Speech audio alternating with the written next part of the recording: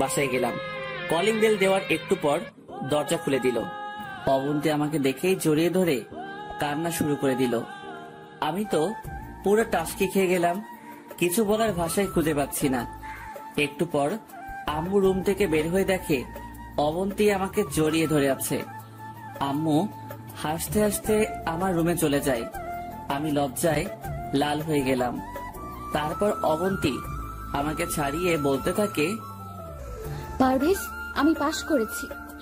Congratulation, এই নিন মিষ্টিগুলো নিয়ে যান।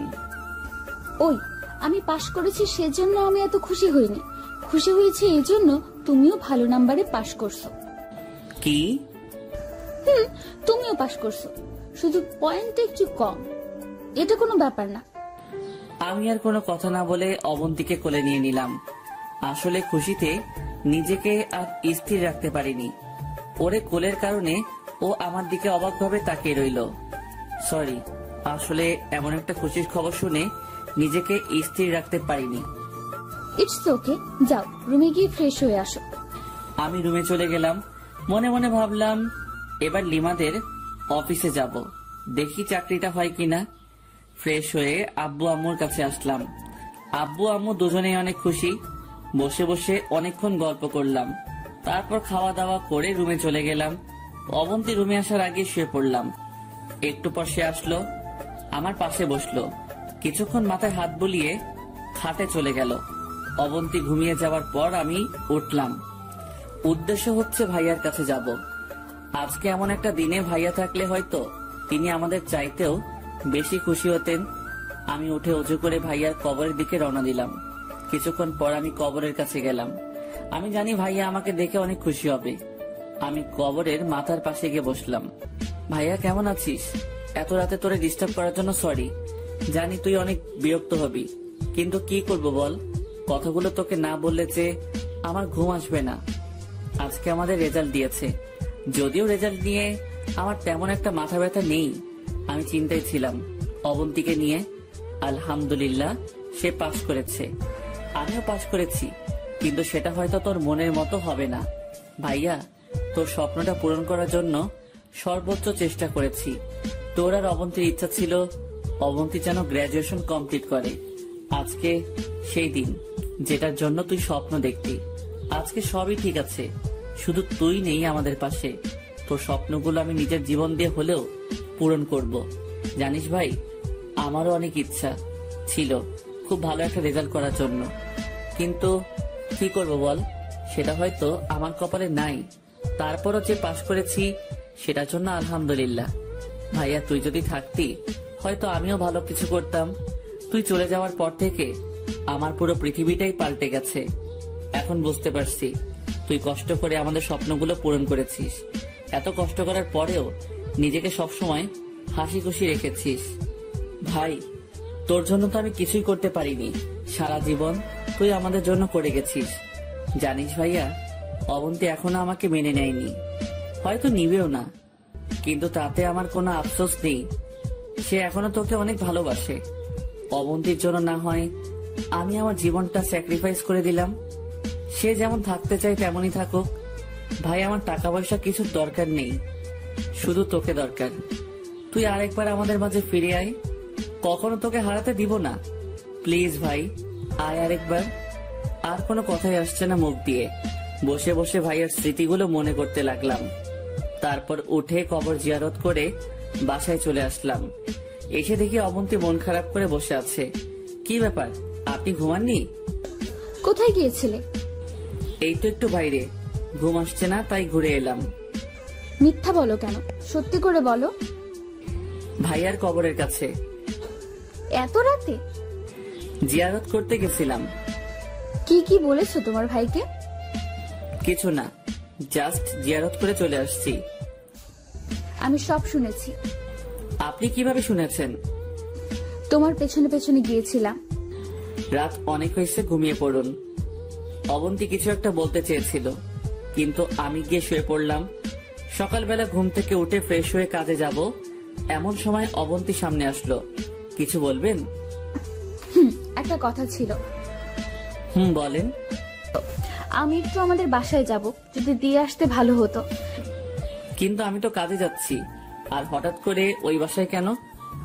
রেজাল্ট দিয়েছে, আম্মু আব্বু শুনে অনেক খুশি হয়েছে, আর এমনিতেই অনেক দিন যায়নি।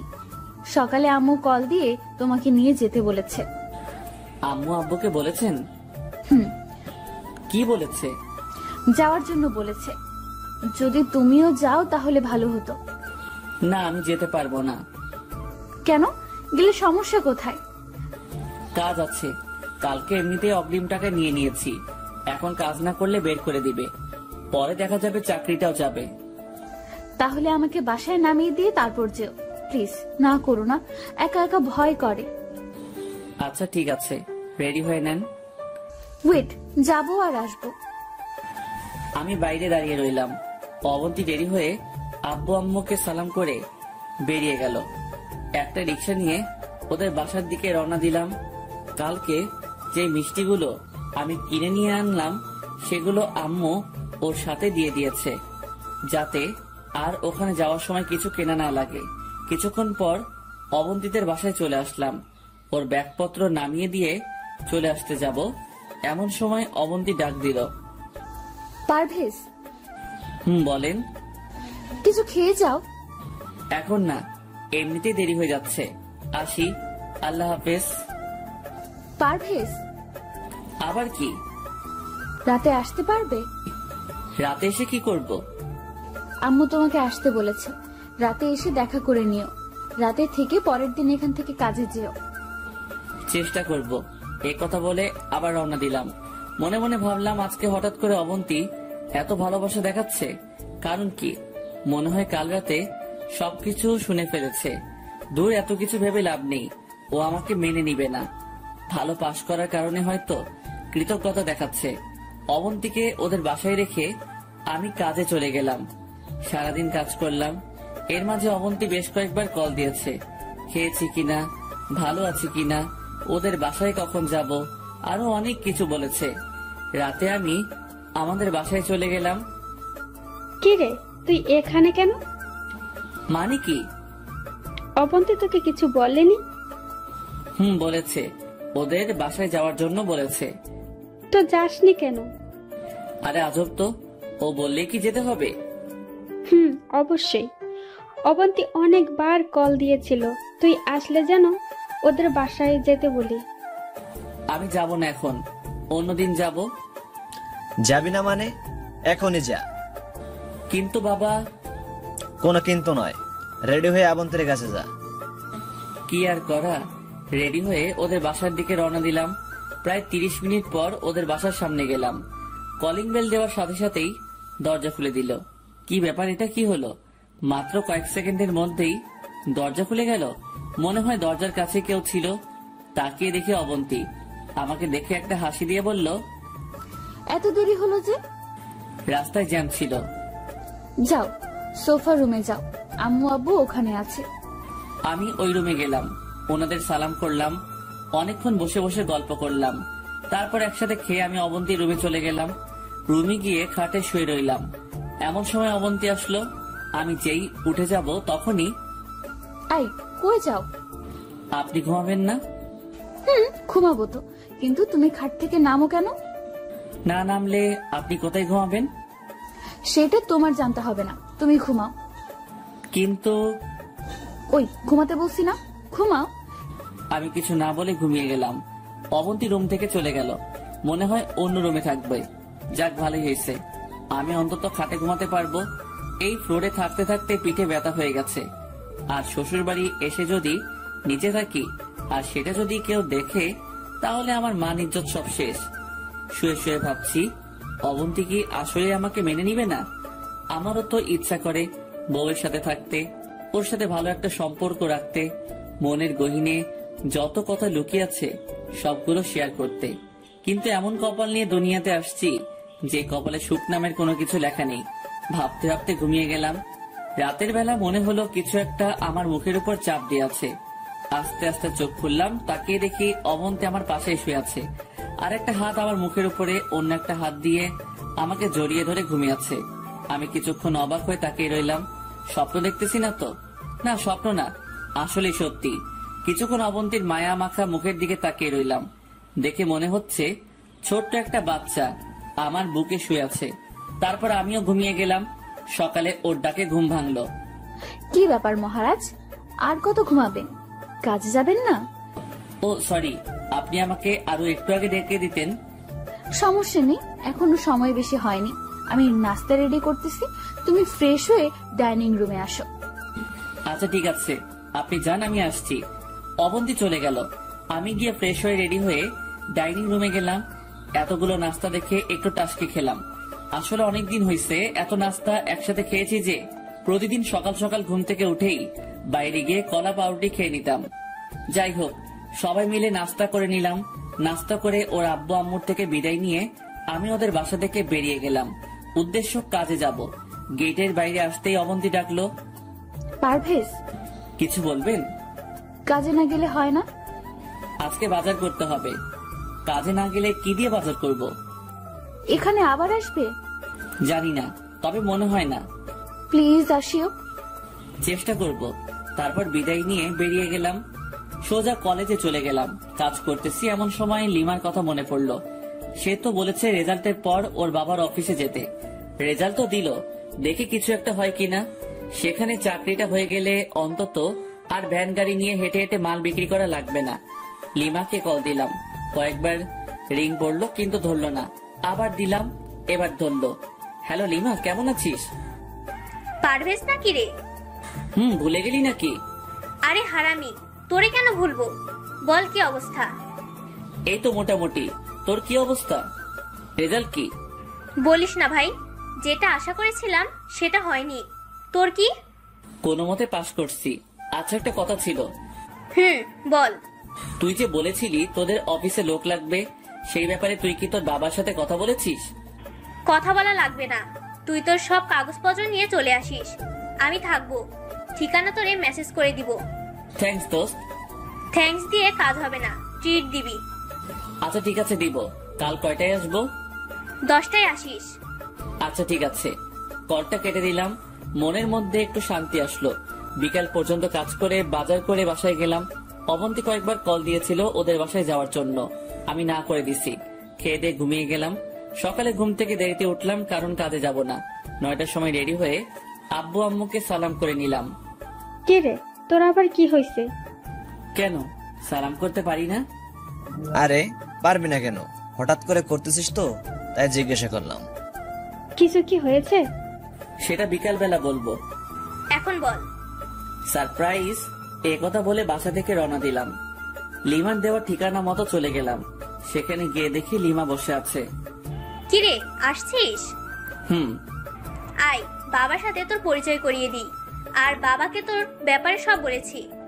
থ্যাঙ্কস দোস্ত। যা ভিতরে যা, সবকিছু দিয়ে আয়। আমি ভিতরে গেলাম। সবার সাথে পরিচিত হয়ে কাগজপত্র সব জমা দিলাম। এরপর বাইরে এসে লিমার সাথে বসলাম। একটু পর ম্যানেজার এসে আমাকে আর লিমাকে ডেকে নিয়ে যায়।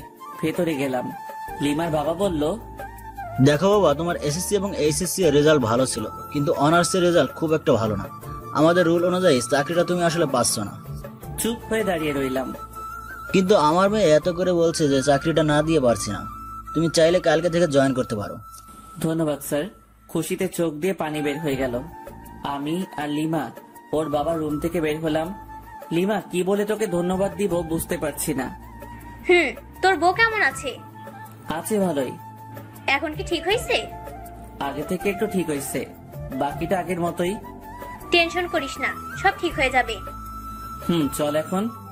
কোথায়? ট্রিট নিবি না? আজকে না, অন্যদিন। আচ্ছা ঠিক আছে, আজকে যাই। বসের সাথে কিছু হিসাব আছে, ওগুলো শেষ করে আসি। যা, কালকে থেকে চলে আসিস। ওকে, আল্লাহ হাফেজ। তারপর লিমার কাছ থেকে বিদায় নিয়ে ওদের অফিস থেকে বের হয়ে রাস্তায় আসলাম। আয়মান কল দিল। ওর সাথে কথা বলতে বলতে রাস্তা পার হচ্ছি। এমন সময় কিছু একটা সজোরে এসে আমাকে ধাক্কা দিল। ধাক্কা খেয়ে অনেক দূরে গিয়ে পড়ি। তারপর আর কিছুই মনে নেই। যখন জ্ঞান আসলো, নিজেকে হাসপাতালে আবিষ্কার করলাম। তাকিয়ে দেখে অবন্তী আমার পাশে বসে আছে। আমি ওর দিকে তাকালাম। আমার তাকানো দেখে অবন্তী আমাকে জড়িয়ে ধরে কান্না করতে শুরু করলো। কিছুক্ষণ পর ছেড়ে দিয়ে বলল, এখন কেমন লাগছে? ভালো। টেনশনের দরকার নাই, খুব বেশি কিছু হয়নি। ডাক্তার বলেছে 2-1 দিনের মধ্যেই বাসায় চলে যেতে পারবো। হুম, আমি তোমার আব্বু আম্মুকে কল দিয়ে আসতে বলেছি। বুঝছিলাম না অবন্তী হঠাৎ করে আমার আব্বু আম্মু বলছে কেন? তারও তো আব্বু আম্মু। কিছু না বলে চুপ করে রইলাম। ওনারা আসছে, তুমি শুয়ে থাকো। আপনি কোথায় যাচ্ছেন? আমার একটু কাজ আছে।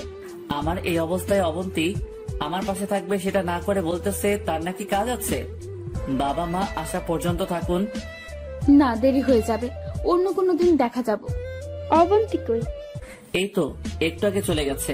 ওর নাকি খুব একটা জরুরি কাজ আছে। বাদ দাও, আবার চলে আসবে। আরো কিছুক্ষণ কথাবার্তা বললাম। সেদিন হাসপাতালে থেকে গেলাম, আব্বু আম্মুও থেকে গেল। পরের দিন হাসপাতালে থেকে বাসায় চলে গেলাম।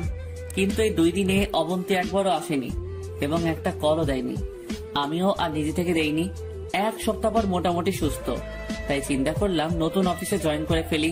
বসে থাকা ঠিক হবে না। তাড়াতাড়ি রেডি হয়ে সকালবেলা বের হচ্ছি, আম্মু সামনে আসলো। কোথাও যাচ্ছিস? নতুন চাকরি পেয়েছি, বেতন আগের থেকে ভালো, কষ্ট কম। তাই চিন্তা করলাম আজ থেকে শুরু করে দেই। সে কি রে, তুই তো আমাদের একবারও বলিসনি। কখন পেলি? যেদিন অ্যাক্সিডেন্ট করেছিলাম সেদিন। আম্মু বাবাকে ডেকে বলল, বাবাও অনেক খুশি। দুজনের কাছ থেকে বিদায় নিয়ে বের হব, এমন সময় আবার দাঁড়িয়ে গেলাম। কিছু বলবি? অবন্তীকে কেউ কিছু বলবে না, বলার দরকার নেই।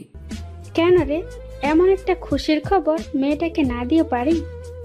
না দেওয়ার দরকার নেই, সময় হলে জানবে। এখন নিজে থেকে কেউ কিছু বলবে না। আচ্ছা ঠিক আছে, বলবো না। আমি আর কিছু না বলে রওনা দিলাম। 30 মিনিট পর অফিসে গেলাম। ম্যানেজারকে সালাম দিলাম। উনি সবকিছু ঠিকঠাক করে দিল। আমাকে সবার সাথে পরিচয় করিয়ে দিয়ে আমার ডেস্ক দেখিয়ে দিল এবং কাজ বুঝিয়ে দিল। নতুন অফিস, নতুন কাজ, ভালোই লাগছে, কিন্তু বারবার অবন্তীর কথা মনে পড়তে লাগলো। আজকে এতদিন অবন্তী একবারও একটা কল দেয়নি। কারণ কি? অবন্তী কি নতুন কারোর সাথে? না, এটা হতে পারে না। বসে বসে ওর কথা ভাবতেছি, এমন সময় লিমা এসে একটা টোকা দিল। কি ব্যাপার স্যার, ম্যামের কথা খুব মনে পড়ছে বুঝি? আরে না, তুই কখন আসলি? আসছে তো অনেক আগে। এসে দেখলাম তুই বসে বসে কি নিয়ে চিন্তা করতেছিলি। না, তেমন কিছু না। নতুন অফিস কেমন লাগছে? ভালোই। কোনো প্রবলেম হলে ম্যানেজারকে বলিস। আচ্ছা ঠিক আছে। তুই থাক, আমি বাবার সাথে দেখা করে আসি। ওকে চা। তারপর আবার কাজ করতে লাগলাম, কিন্তু বারবার অবন্তীর কথাই মাথায় ঘুরতে লাগলো। বিকেলবেলা অফিসটা শেষ করে আইমানকে কল দিয়ে আসতে বললাম। আইমান আসলো। দুজনে একটা রেস্টুরেন্টে গেলাম, কিছু খাবার অর্ডার দিলাম। কিরে, তুই তো পুরাই চেঞ্জ, চাকরি পাইছিস? শালা, একবার বললি না। তোর জন্য সারপ্রাইজ ছিল, এখন তো বলে দিলাম।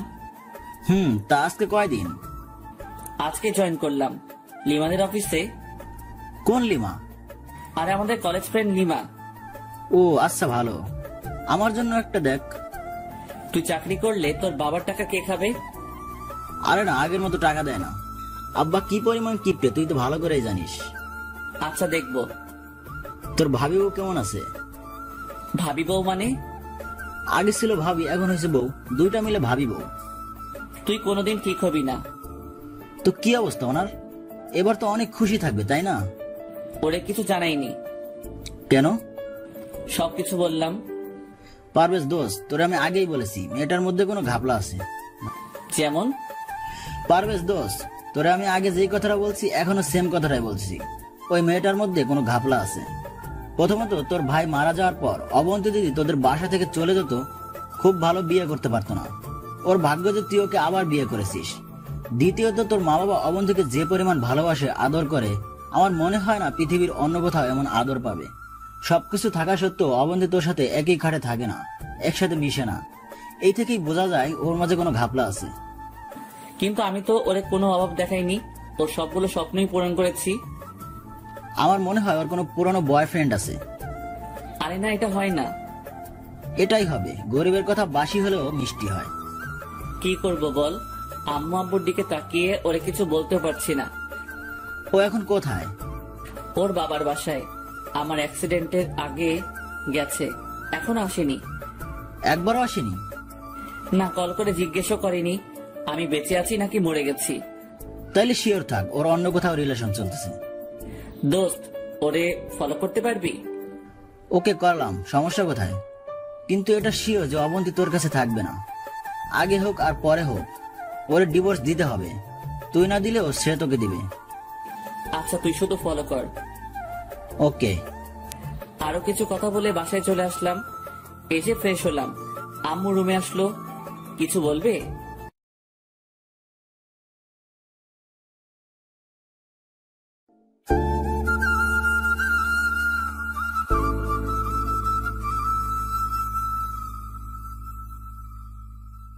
আরো কিছু কথা বলে বাসায় চলে আসলাম।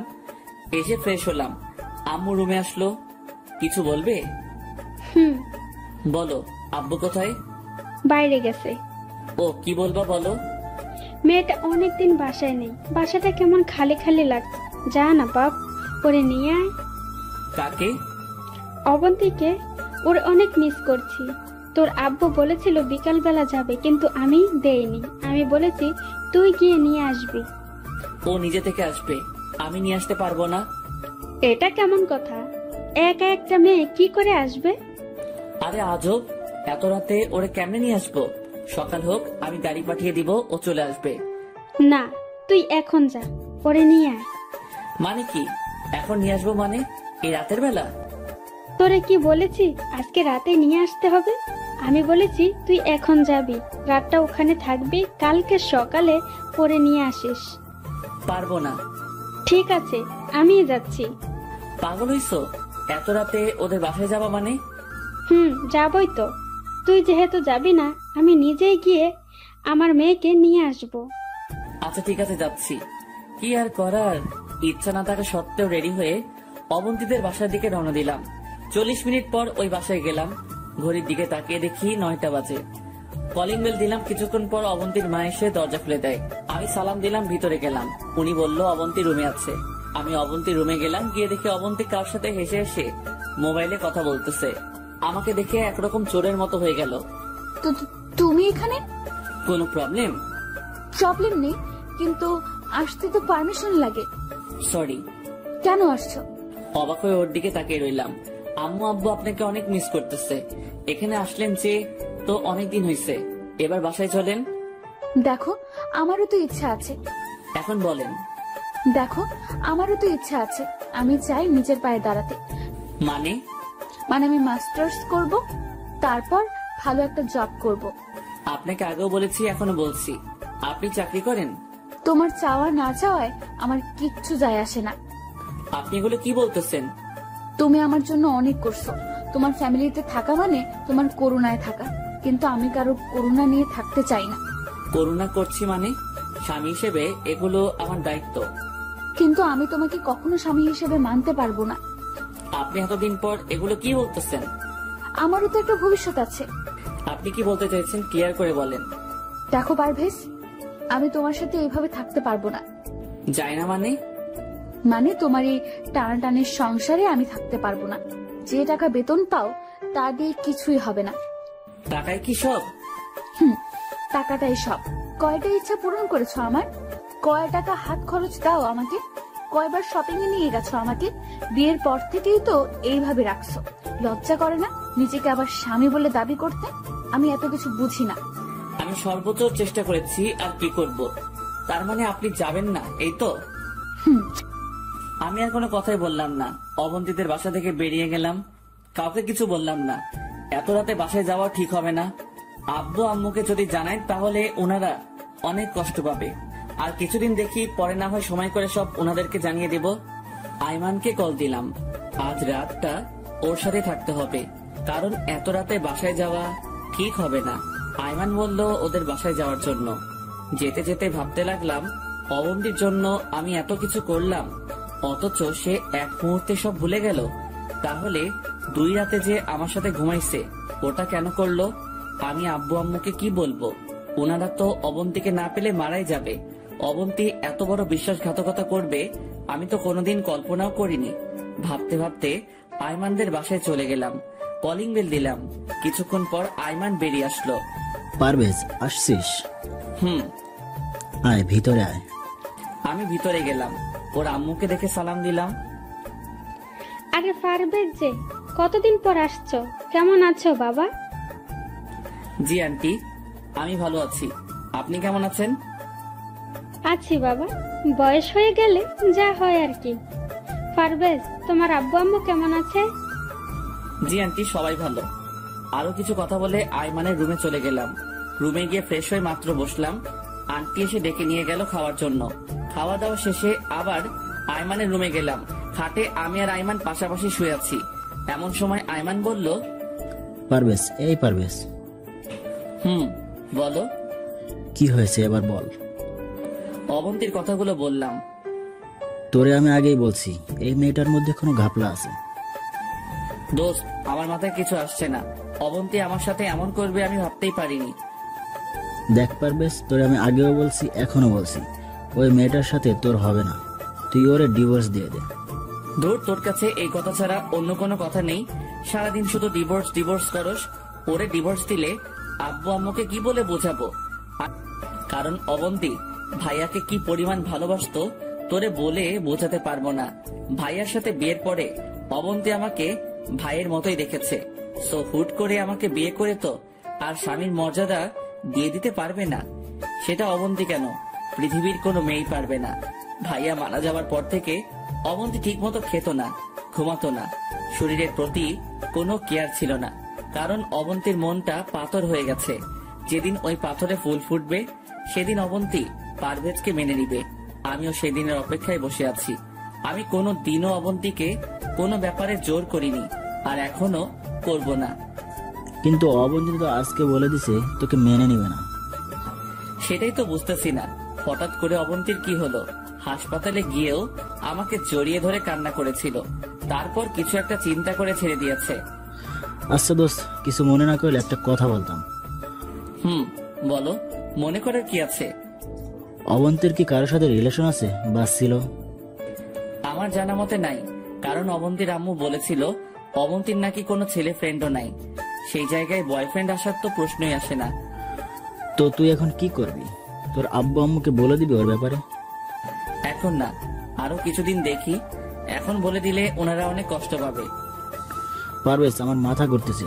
তুই তোর আব্বু আম্মুকেও বলবি না, নিজেও কিছু করবি না, তাহলে কি করবি? আমার মনে হয় এখানে বিশাল একটা রহস্য আছে যেটা আমি জানি না। তো কি করবি এখন? দোস্ত, তোকে একটু কষ্ট করতে হবে। কি? দেখ, আমি তো অফিসে চলে যাব, সারাদিন ওখানে থাকতে হবে। তুই তো ফ্রি আছিস। তুই যদি অবন্তীকে ফলো করতি, ও কি করে, কার সাথে যায়, তোর বাইক আছে, সমস্যা হবে না। প্রয়োজনে আমি তোরে তেলের টাকা দিয়ে দিব। এই হারামি, তুই পাগল হয়েছিস? তোর কাছ থেকে আমি টাকা নিব? তুই আমার বেস্ট ফ্রেন্ড, তোর জন্য আমি সব করতে রাজি আছি। থ্যাঙ্কস দোস্ত। তাহলে কালকে থেকে ওরে ফলো করা শুরু কর। আমি তোরে অবন্তীদের বাসা দেখিয়ে দিব। আচ্ছা ঠিক আছে, এখন ঘুমা। তারপর এক পাশ হয়ে শুয়ে গেলাম। ঘুম আসছে না, বারবার অবন্তীর কথাই মনে পড়তে লাগলো। ভাবতে ভাবতে ঘুমিয়ে গেলাম। সকালে ঘুম থেকে উঠে নাস্তা করে আইমান আর আমি বাইক নিয়ে বের হলাম। আইমানকে অবন্তীদের বাসা দেখিয়ে আমি অফিসে চলে গেলাম। কাজ করতে লাগলাম আর আইমানকে বারবার কল দিয়ে জিজ্ঞেস করতে লাগলাম, কিন্তু কোনো খবরাখবর নাই। অফিস শেষ করে বাসায় গেলাম। আব্বু আম্মু আমার উপর ফায়ার হয়ে আছে। কিরে, তুই একা কেন? আর আমার মেয়ে কোথায়? আসেনি। আসেনি? তুই কালকে ওর সাথে ঝগড়া করে চলে আসছিস কেন? কি? তোমাদের এসব কথা কে বলেছে? তুই কি ভাবছিস অবন্তীর সাথে আমাদের কথা হয় না? অবন্তী আমাদের বলেছে। কি বলবো বুঝতেছি না। কালকে কোথায় ছিলি? আইমানদের বাসায়। অবন্তী তোরে কি বলেছে? আরো কিছুদিন ওখানে থাকবে। যা, গিয়ে ফ্রেশ হয়ে আয়। মিথ্যা বললাম। যা বাবা, বেঁচে গেলাম। মনে হচ্ছে আমাকে রিমান্ডে দিয়েছে। শালা অবন্তী আব্বু আম্মুকে কি বুঝিয়েছে কে জানে। আমার সাথে একরকম করলো আর আব্বু আম্মুর সাথে অন্যরকম। বুঝলাম না। যাই হোক, খেয়ে দিয়ে ঘুমিয়ে গেলাম।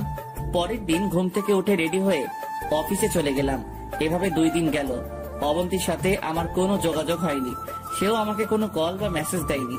একদিন অফিসে কাজ করতেছি, 10:30 বাজে। এমন সময় আইমান কল দিল। হ্যালো পারভেজ। বল। তুই কই? অফিসে। তুই কোথায়?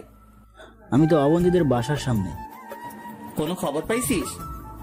এইমাত্র একটা গাড়ি অবন্তীর বাসার সামনে আসলো, আর অবন্তী সেটাতে উঠে চলে যাচ্ছে। গাড়িতে কে দেখছিস? না, দেখা যাচ্ছে না।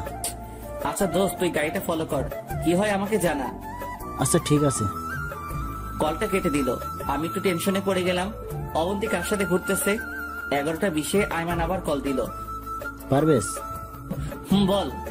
ঘটনা তো কিছুই বুঝলাম না। কেন, কি হয়েছে? তোর অবন্তী তোর লিমার সাথে। কোন লিমা? আরে বেটা, আমাদের বেস্ট ফ্রেন্ড, তোর বসের মেয়ে। অবন্তী তো লিমার কথাই শুনতে পারে না। জানি তোর বিশ্বাস হবে না, আমি ছবি পাঠাচ্ছি, তুই দেখ। আমার কাছে নর্মাল মোবাইল। আচ্ছা বিকালবেলা দেখা করিস। ঠিক আছে। আজকে অবন্তী লিমার সাথে কি করে? আমি কেমনে বলবো, তুই লিমারে জিজ্ঞেস করিস। আচ্ছা, তুই আরেকটু ফলো কর। ওকে। কিন্তু অবন্তী লিমার নামও শুনতে পারে না। আমাকে কয়েকবার হুমকি দিয়েছে যাতে লিমার সাথে দেখা না করি, কিন্তু এখন দেখছি সে নিজেই লিমার সাথে হাত ধরাধরি করে হাঁটছে। কাহিনী তো একটা আছে যেটা আমি জানি না, কিন্তু আমাকে এভাবে বসে থাকলে চলবে না। এই কাহিনীটা কি সেটা বের করতে হবে। এবার বেশ, কি ভাবতেছিস? দুজন একসাথে কি করে সেটা। লিমাকে জিজ্ঞেস কর, তাহলে কাহিনী বুঝে যাবি। কিন্তু লিমা কি আমাকে বলবে? বলবে না কেন, অবশ্যই বলবে। না রে, লিমার পেট থেকে সহজে কথা বের হয় না। ওরে ইমোশনাল করে বের করতে হবে। কিন্তু কিভাবে? কিছু একটা চিন্তা কর। দেখি। আচ্ছা, এখন কল দিব? তুই পাগল হয়েছিস? এখন দিলে ভুলেও বলবে না। তোর সাথে যখন দেখা হবে তখন সিস্টেম করে জিজ্ঞেস করে নিবি। আচ্ছা ঠিক আছে। আরো কিছুক্ষণ আড্ডা দিয়ে বাসায় চলে গেলাম। খাওয়া দাওয়া করে বসে বসে ভাবতে লাগলাম আসলে অবন্তী কি করতে চাচ্ছে। 2 দিন পর আমি অফিসে কাজ করতেছি, এমন সময় লিমা আমার ডেস্কে আসলো। কিরে পারভেজ, কি খবর? ভালো না রে। কেন, বউয়ের জন্য খারাপ লাগছে বুঝি? এই তো ফকিরনি মুখ দিয়ে আসল কথা বের করে দিছে, বাকি কথাগুলো বের করে নেই। না রে দোস্ত, বউয়ের জন্য না। তাহলে? আমি আর বেশি দিন বাঁচবো না রে। তুই এগুলো কি বলিস? পাগল হলি নাকি? সত্যি বলছি, ডাক্তার বলেছে আর বেশি দিন নাই। এই, তোর শরীর ঠিক আছে তো? দোস্ত, আমি তো চলে যাব, যাওয়ার আগে একটা রিকোয়েস্ট রাখবি প্লিজ। তুই কি বলতেছিস এগুলো? আমার মাথা ঘুরতেছে। তোকে তো দেখে ভালোই মনে হচ্ছে। না রে, বল, আমার রিকোয়েস্টটা রাখবি। কি রিকোয়েস্ট বল? এই তো লাইনে আসছে। অবন্তীর সাথে কি চলতেছে বলবি? মরার আগে জানতে চাই। কি হলো বল। তুই কিভাবে জানিস? তোকে আর অবন্তীকে আমি একসাথে দেখেছি, প্লিজ বল। আমি মাহির বিয়েতে হেসে হেসে কথা বলেছিলাম, তখন অবন্তী এসে আমার হাত ধরে কান্না করতে লাগলো আর বলল যাতে তোর সাথে না মিশি। তো তুই কি বললি? আমি বলেছি তুই আর আমি জাস্ট ফ্রেন্ড, আর কোনো সম্পর্ক নেই। অবন্তীকে রাগানোর জন্যই আমরা বিয়েতে এমন করেছি। তারপর থেকে আমার আর অবন্তীর মাঝে ভালো একটা ফ্রেন্ডশিপ হয়ে যায়। আমরা এখন একে অন্যকে তুই করে ডাকি। তো আমাকে বলিসনি কেন? অবন্তী বলতে নিষেধ করেছে, তোরে নাকি শাস্তি দিবে। কি শাস্তি? অন্য মেয়ের সাথে আর জীবনে কথা না বলিস। আমি যেখানে চাকরি পেয়েছি সেটাও কি বলে দিয়েছিস? তুই জয়েন করতে আসার আগেই ওরা বলে দিয়েছি, আর সে তোর আব্বু আম্মুকে জানিয়ে দিয়েছে। তার মানে আমি বলার আগেই আব্বু আম্মু আর অবন্তী জেনে গেছে? আচ্ছা, এখন আমাদের মধ্যে একটু ঝামেলা চলতেছে, তুই কি সেটা জানিস? জানবো না কেন, আমার বুদ্ধি দিয়েই তো অবন্তী এগুলো করতেছে। তার মানে এসবের মধ্যে তুইও আছিস? রে দোস্ত, আমি অনেকবার না করেছি, কিন্তু অবন্তী আমাকে কিছুতেই ছাড়েনি, তাই করতে বাধ্য হলাম। কিন্তু আসল কথা কি জানিস? কি? অবন্তী তোকে অনেক ভালোবাসে। কচু বাসে, ও জীবনেও আমাকে মেনে নিবে না। নিবে দেখিস। আচ্ছা এবার বল, তোর কি হয়েছে? আমার আবার কি হবে? তুই না একটু আগে বললি তুই আর বেশি দিন নেই। আরে ফকিন্নি, এটা মিথ্যা ছিল। তোর পেট থেকে আসল কথা বের করার জন্যই এমন করেছি। কি, তুই এটা করতে পারলি? তুই যদি পারিস, আমি কেন পারবো না? দাঁড়া, আমি অবন্তীকে সব বলে দেব। বলে দে, তাতে তুই বাস খাবি, আমার কি? ধুর, আমি তোদের কারো সাথে নাই। মনু, মাইনকা চিপা আটকাইছো, বের হওয়ার সুযোগ নেই। বেশি চালাকি করলে এই অবস্থায় হবে। আমি আর এসবের মধ্যে নেই। তুই আগে ছিলি, এখনো আছোস, এন্ড আগামীতেও থাকবি। শোন, আবার কি? আমি আর তোকে কোনো ইনফরমেশন দিব না। তুই এত হারামি আগে জানতাম না। আরে আগে কথা শোন। বল। আমি যে সবকিছু জেনে গেছি, অবন্তী যাতে না জানে। আমি ওরে বলে দিব। ওকে বলিস, আমি অবন্তীকে বলবো লিমা নিজেই এসে আমাকে সত্যি কথা বলে দিছে। তখন অবন্তীর পক্ষ থেকে খুব সুন্দর আর সাজানো একটা বাস খাবি। সো অবন্তীকে কিছু বলবি না। আচ্ছা। লিমা চলে গেল। আমি চেয়ারে হেলান দিয়ে বসলাম। এবার একটু শান্তি আসলো। শালার অবন্তী আমার জীবনটা শেষ করে দিল। কোথায় এসে আমার সাথে রোম্যান্স করবে সেটা না, উল্টো আমাকে বাস দেওয়ার জন্য উঠে পড়ে লেগেছে। বালিকা তুমি চলো ডালে ডালে, আর আমি চলি পাতায় পাতায়। পারভেজ কি জিনিস এবার ভালো করে টের পাবা। আই মাইন না, হারামিরে কল দিয়ে আসার জন্য বললাম, দেখা করব। সন্ধ্যার সময় আসলো। আইমানকে সবকিছু বললাম। আইমান তো পুরো টাস্কি খেয়ে বসে আছে। আরে কি বলিস? সত্যি। অবন্তীর দিকে তাকালে তো মনে হয় আমি জানি না, সেখানেও হয়তো কোনো রহস্য আছে। দেখ এবার কি হয়। দোস্ত আমি চাই, কালকে দেখা করব। কোথায় যাবি? এখন বাসায় যাব, রেডি হয়ে অবন্তীদের বাসায় যাব। অবন্তীদের বাসায় কেন? তুই এখনো ছোট, বুঝবি না কিছু। আরো বড় হয়ে নে, তারপর নিজে নিজে বুঝে যাবি। আইমান আবুলের মতো তাকিয়ে রইল। আমি বাসায় চলে গেলাম। ফ্রেশ হয়ে আব্বুর কাছে আসলাম। কোথাও যাবি নাকি? কোথায়? তোমার বেয়াই মশাইয়ের বাসায়। এত রাতে ওখানে কেন? কেন যেতে পারি না? পারবে না কেন? শ্বশুর বাড়ি মধুর হাড়ি, যখন ভালো লাগে তখন যাবি। এখন কি অবন্তীর কথা খুব মনে পড়েছে? আরে এগুলো কি বলো, দূর, যাবই না।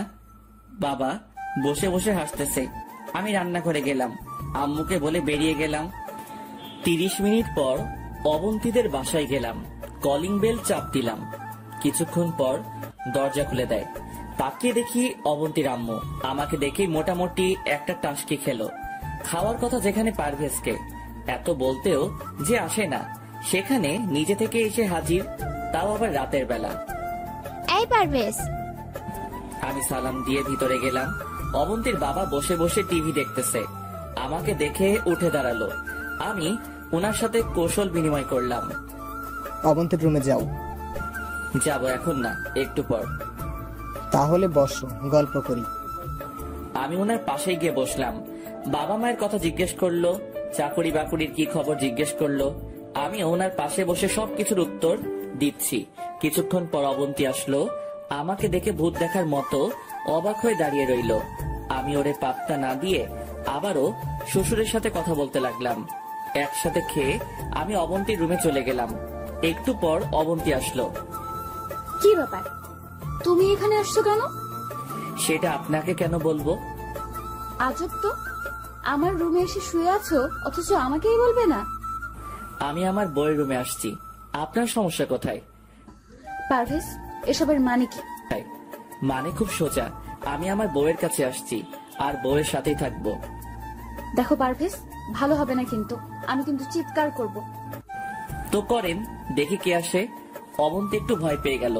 তারপর আমার একটু সামনে আসলো। পারভেজ, তুমি সত্যি করে বলো তো কেন আসছো? কেউ একজনকে অনেক ভালোবেসে ফেলেছি, ওরে ছাড়া থাকতে পারছি না, তাই চলে আসলাম। অবন্তী কিছুক্ষণ আমার দিকে অবাক হয়ে তাকিয়ে রইল।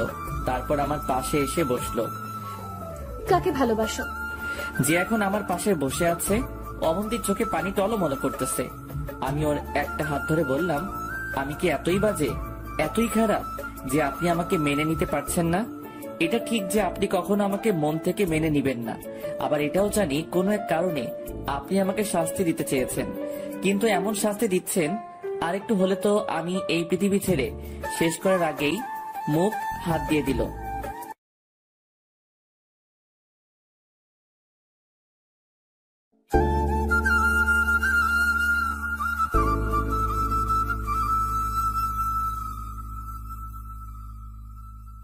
যে এখন আমার পাশে বসে আছে। অবন্তীর চোখে পানি টলমল করতেছে। আমি ওর একটা হাত ধরে বললাম, আমি কি এতই বাজে, এতই খারাপ যে আপনি আমাকে মেনে নিতে পারছেন না? এটা ঠিক যে আপনি কখনো আমাকে মন থেকে মেনে নিবেন না, আবার এটাও জানি কোনো এক কারণে আপনি আমাকে শাস্তি দিতে চেয়েছেন, কিন্তু এমন শাস্তি দিচ্ছেন, আরেকটু হলে তো আমি এই পৃথিবী ছেড়ে শেষ করার আগেই মুখ হাত দিয়ে দিল। না প্লিজ, এগুলো ভুলেও মুখে আনবে না। একজনকে হারিয়ে ফেলেছি, আর কাউকে হারাতে চাই না। এই সবকিছুর জন্য আমি অনেক অনেক সরি। তো কেন এমন করলেন আমার সাথে? আমার দোষটা কি ছিল? তুমি যখন মাহির বিয়েতে লিমার সাথে হেসে হেসে কথা বলতেছিলে, সেটা দেখে আমার ভেতর একটা মোচড় দেয়। মনে হলো আমি খুব দামি একটা জিনিস হারিয়ে ফেলতেছি।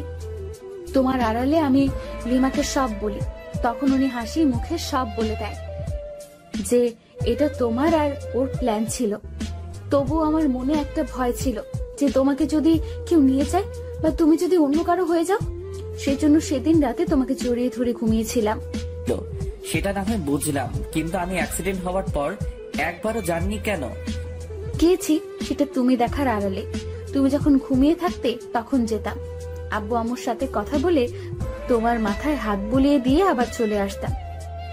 কিন্তু এত নাটক করার মানে কি? পারভেজ, তুমি যখন চাকরিটা পাইছো তখন আমি কি পরিমাণ খুশি হয়েছি তা বলে বোঝাতে পারবো না। কিন্তু দুঃখের বিষয়, তুমি তোমার চাকরির ব্যাপারে কিছুই বলনি, উল্টো লিমাই আমাকে বলেছে। তখন বলিনি ঠিক আছে, কিন্তু বাসায় এসে তো বলতাম। আমি ভাবছিলাম মিষ্টি কিনে নিয়ে গিয়ে আব্বু আম্মু আর আপনাকে একসাথে খুশির খবরটা দিব। সেটা না হয় ঠিক আছে, কিন্তু একবার কল করে বললে কি এমন ক্ষতি হয়ে যেত? ক্ষতি হতো না, ইচ্ছা ছিল বাসায় গিয়ে বলবো। আচ্ছা, সেদিন রাতে আমাকে এত অপমান কেন করলেন তাহলে? পারভেজ, আমি জানি তুমি অনেক ভালো। তোমাকে হিট করার মতো কোনো কথা আমার কাছে ছিল না, তাই সেদিন আবল তাবল কিছু বলছি, নিজেও জানি না। তো কেন বললেন? তোমার ভাইয়া যখন ছিল তখন আমাদের মাঝে খুব ভালো একটা সম্পর্ক ছিল, কিন্তু তুমি প্রতিদিন কাজ থেকে এসে ফ্লোরে ঘুমিয়ে যেতে। আপনি তো বলেছেন আপনি আমাকে মেনে নিতে পারবেন না, সেই জন্যই তো ফ্লোরে থাকতাম। পারভেজ, জানো তোমার ভাইকে এত ভালোবেসেছিলাম যে তোমার ভাইয়ার জায়গায় অন্য কাউকে কোনোদিন কল্পনাও করতে পারি না। তাই তোমাকে কথাগুলো বললাম, কিন্তু সত্যি কথা হচ্ছে এইভাবে তো আর লাইফ যায় না। তো আমাকে বলতেন। সব কথা মুখে বলতে নেই, কিছু কথা বুঝে নিতে হয়। তুমি যদি ফ্লোরে না থেকে খাটে থাকতে, আমি কি কিছু করতে পারতাম? সেটা না হয় পারতেন না, কিন্তু পরে বলতেন সব পুরুষ সমান, শুধু মেয়েদের সাথে থাকতে চাই। না, মোটেও না। তো এত কিছু করার কারণটা কি? দেখলাম। কি দেখলেন? দেখলাম আমার বরটা আমাকে ভালোবাসে কিনা। তাই নাকি? তো কি রেজাল্ট পেলেন? সেটা জানি না, তবে এটা মনে হচ্ছে পৃথিবীর ভাগ্যবতী নারীর মধ্যে আমি একজন, যে তোমার ভাইয়ের মতো ছেলেকে পেয়েছি। নিজের বাবা মায়ের চাইতেও 3 গুণ ভালো শ্বশুর শাশুড়ি পেয়েছি, আর সেরা ভাগ্যবতী এই জন্য সবশেষে তোমাকে পেয়েছি। কি বলবো বুঝতে পারছি না। খুব ভালোবাসি তোমায়, বলে বোঝাতে পারবো না।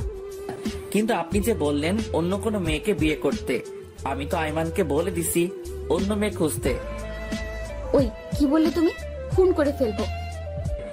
কেন? আপনি তো বললেন। আমি বললেই কি করতে হবে?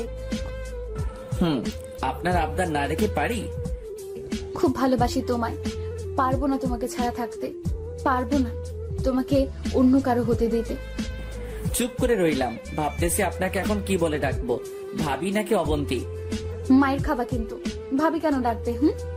আচ্ছা, মাঝে মাঝে ভাবি ডাকিও। ভাবি ডাক শোনার মাঝেও অন্যরকম একটা আনন্দ আছে। ও তাই নাকি? বাট একটা শর্ত আছে। কি সেটা? আজ থেকে আপনি নয়, তুমি করে বলতে হবে। আই পারভেজ, চুপ করে আছো কেন? ভাবতেছি। কি ভাবছো? আব্বু আম্মুর ইচ্ছাটা কিভাবে পূরণ করব, আজ থেকে কার্যক্রম শুরু করব কিনা সেটা ভাবছি। কোন ইচ্ছা? ওই যে নাতি নাতনির ইচ্ছাটা।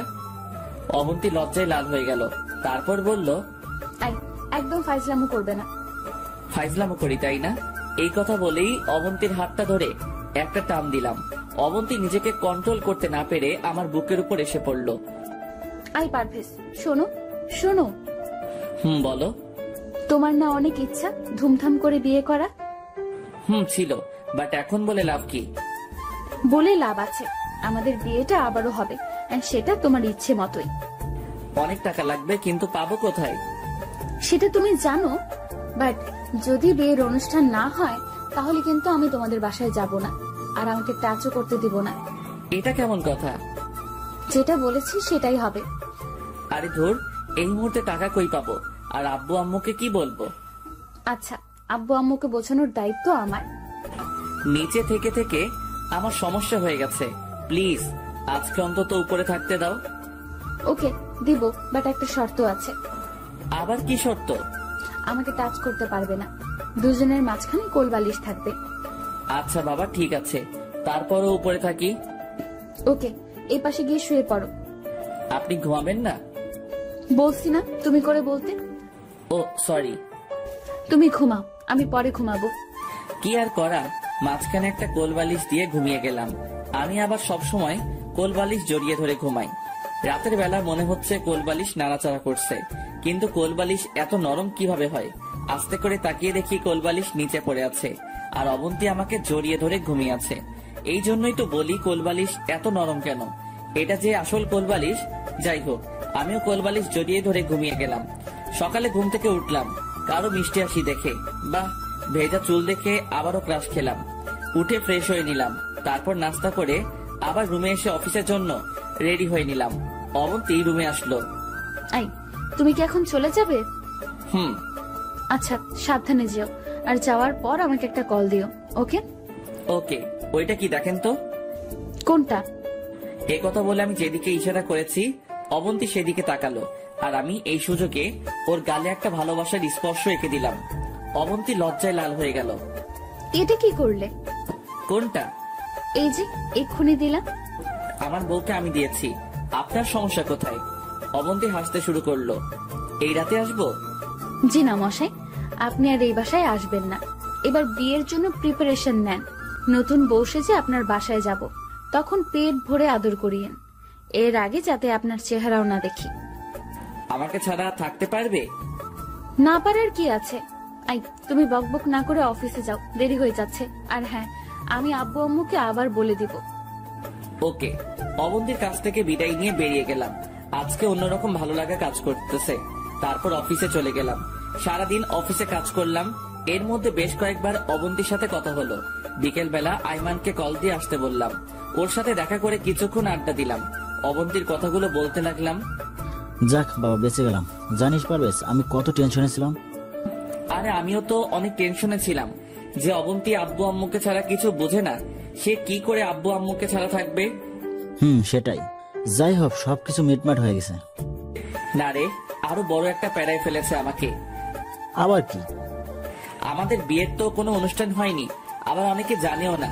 তাই অবন্তী চাইছে বড় করে অনুষ্ঠান করে ওরে আবার নতুন করে বউ সাজিয়ে নিয়ে যেতে। ভালো তো, তোরও তো ইচ্ছা ছিল ভালোভাবে বিয়েটা করা। ইচ্ছা তো ছিল, কিন্তু এখন টাকা কোথায় পাবো? অবসর অবন্তী ওর বাবার বাসায় রেখে দিবি, এটা কিছুতেই হয় না। সেটাই তো ভাবছি। পারবেশ, আমার মাথায় একটা বুদ্ধি এসেছে। কি? তুই তোর অফিস থেকে লোন দিবে? পুরাতন চাকরিজীবী ছাড়া লোন দেয় না। আরে বেটা, তুই লিমার সাথে কথা বল, দেখ না কিছু একটা হয় কিনা। দেখি। এরপর আর কিছু কথাবার্তা বলে বাসায় চলে আসলাম। রুমে গিয়ে ফ্রেশ হয়ে সোফায় রুমে গেলাম। আব্বু বসে বসে টিভি দেখতেছে। আমি গিয়ে বাবার পাশে বসলাম। কিরে, কি অবস্থা? চাকরি কেমন চলছে? এই তো ভালোই। আমার মেয়ে কেমন আছে? ভালো। তোমাদের সাথে কথা হয়নি? এখন আবার সেই ইচ্ছাটা জেগে উঠেছে। তোর এখানে বসবই না। আমি উঠে চলে গেলাম। বাবা বসে বসে হাসছে। আমি আম্মুর কাছে গেলাম। আম্মু রান্না করতেছে। আরে ধুর, আব্বু শুধু উল্টাপাল্টা কথা বলে। ধুর, আমি রুমে গেলাম। রুমে এসে বসে রইলাম। প্লিজ চলে আসো, অনুষ্ঠান পরে করব। জি না সাহেব, সেটা হচ্ছে না। আমার উপর বেশি প্রেসার হয়ে যাচ্ছে না? আমার বরের উপর প্রেসার পড়বে, এতে আপনার সমস্যা কোথায়? সত্যি মিস করছি। আমিও করছি। ওকে, রাখি। কল কেটে দিলাম। অবন্তীর কথা ভাবতেছি এমন সময় আম্মু রুমে আসলো। ডেকে নিয়ে গেল খাওয়ার জন্য। আমি, আব্বু আর আম্মু একসাথে খাচ্ছি।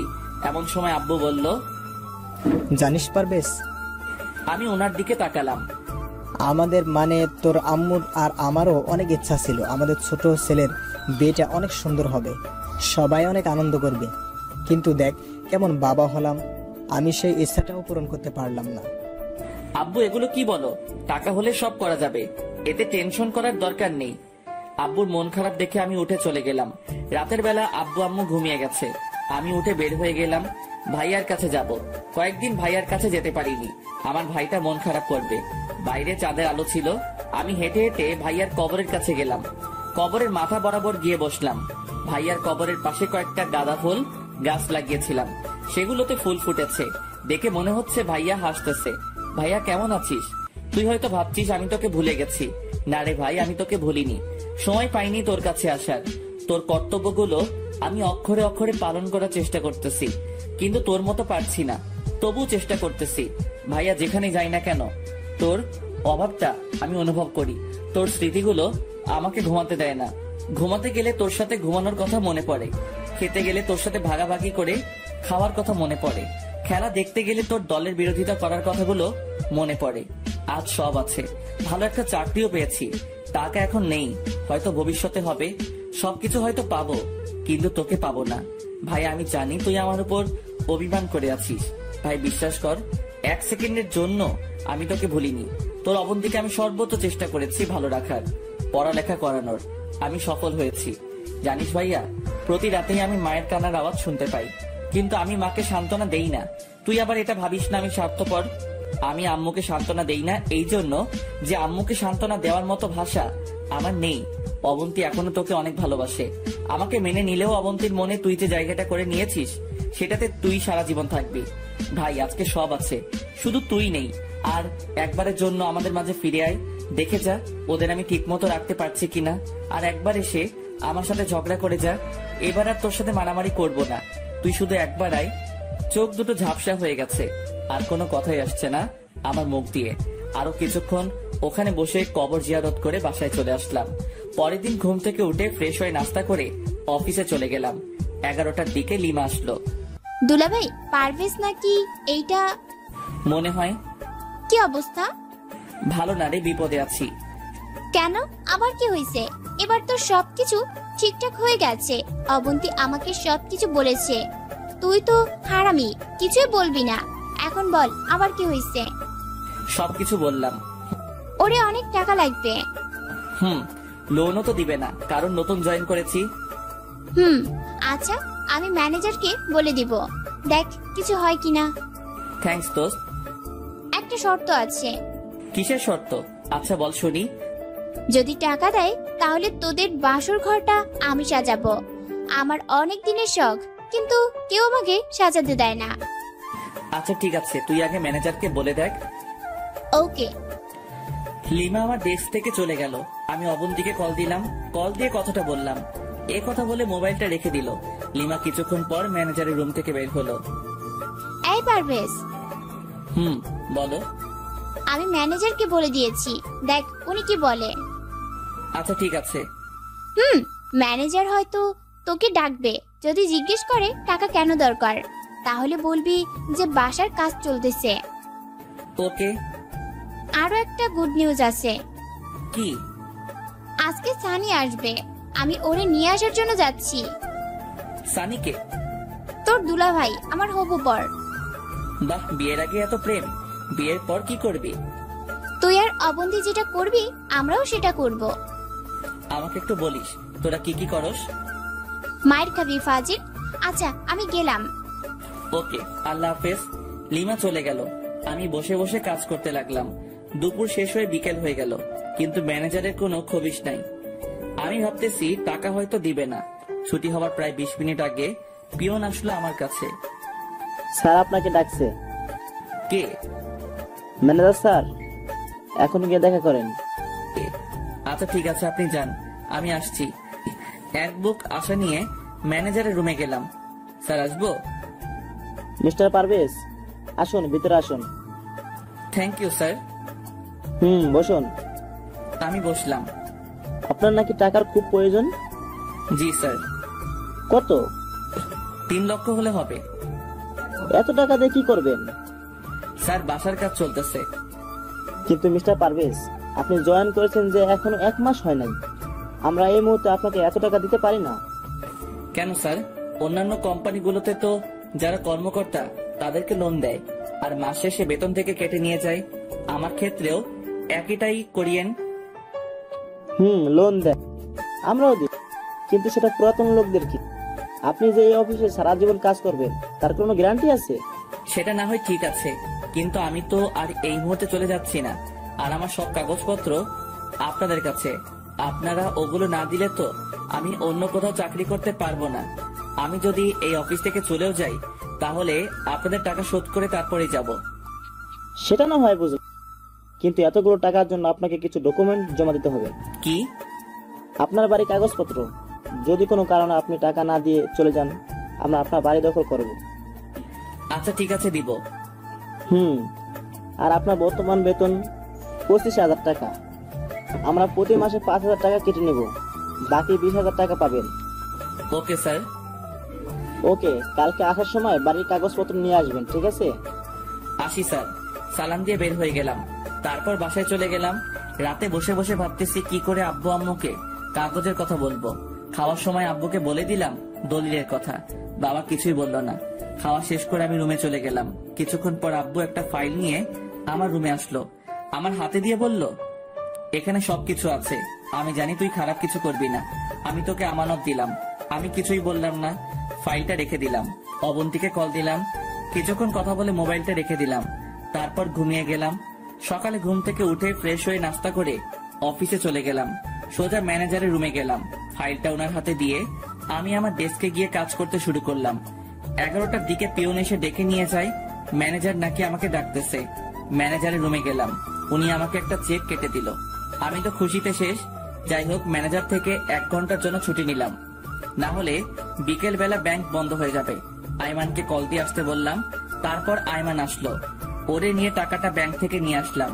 তারপর আবার অফিসে চলে গেলাম। কাজ শেষ করে বাসায় চলে আসলাম। রাতে অবন্তীকে কল দিলাম। বলেন সাহেব, সারাদিন কোনো খবর ছিল না আপনার, এখন মনে হয়েছে তাই না? সরি, কাজে ছিলাম তো তাই। তুমিও তো দাওনি। মোবাইলে টাকা ছিল না, তোমারও তো বলেছিলাম টাকা পাঠাতে, বাট তুমি তো পাঠাওনি। সরি, মনে ছিল না। কয়দিন পর দেখা যাবে আমি যে তোমার বউ, সেটাও মনে থাকবে না। সেটা বলবো না। আচ্ছা শোনো, বলো। কালকে বিকালে একটু দেখা করিও, তোমার সাথে খুব গুরুত্বপূর্ণ কথা আছে। কি কথা এখন বলো? মোবাইলে বলা যাবে না, সরাসরি বলবো। আচ্ছা ঠিক আছে। খাইছো? না, মাত্র বাসায় আসলাম। তুমি? না, খাবো একটু পর। তুমি ঘুমিয়ে যাও। আচ্ছা ঠিক আছে। তারপর খাওয়া দাওয়া করে ঘুমিয়ে গেলাম। সকালে ফ্রেশ হয়ে অফিসে চলে গেলাম। এর মাঝে কয়েকবার অবন্তীকে কল দিলাম, ওরে বললাম শাড়ি পরে আসতে। বিকেল বেলা আমাদের কলেজের সামনেই আসতে বললাম। আমি কাজ শেষ করে সোজা কলেজের সামনে চলে গেলাম। কিছুক্ষণ পর অবন্তী আসলো। কি ব্যাপার, এত দেরি হলো কেন? সরি, আসলে শাড়ি পরতে দেরি হয়ে গেছে। মানে? তুমি তো জানো আমি শাড়ি পরতে পারি না, কারো না কারো হেল্প লাগে। আজকে আম্মুও বাসায় নেই, মামার বাড়ি গেছে। একটা কাজিনকে বলেছিলাম আসার জন্য, সে আসতে দেরি করে ফেললো, তাই আমারও দেরি হয়ে গেল। এত কষ্ট হলে শাড়ি পরার কি দরকার ছিল? না আসলে তো তোমার চেহারার দিকে তাকানো যেত না, বলবে যে একটা রিকোয়েস্ট করেছি সেটাও রাখেনি। আচ্ছা এবার বসো, বলো কি খাবে? আগে বলো, তুমি যেখানে আসছো আব্বু আম্মুকে বলেছো? না, বলার সময় পাইনি। অফিস থেকে সোজা এখানে চলে এসেছি। এটা কোনো কথা হলো? সমস্যা নাই, আমি বাসায় গিয়ে বলে দিব। এবার বলো কি এমন কথা যেটা মোবাইলে বলা যাবে না, সরাসরি বলতে হবে। লোন তো পেয়ে গেছি। আগে বলোনি কেন? এখন তো বললাম। এখন কথা হচ্ছে আমি কয়দিনে ছুটি নিব। ছুটি কেন? আরে পাগল, বিয়ের জন্য কেনাকাটা করতে হবে। তারপর বিয়ের অনুষ্ঠান কোন দিন হবে সেটা তো ঠিক করতে হবে, না হলে আমি আন্দাজে ছুটি কিভাবে নিব? তুমি 1 সপ্তাহের জন্য ছুটি নাও।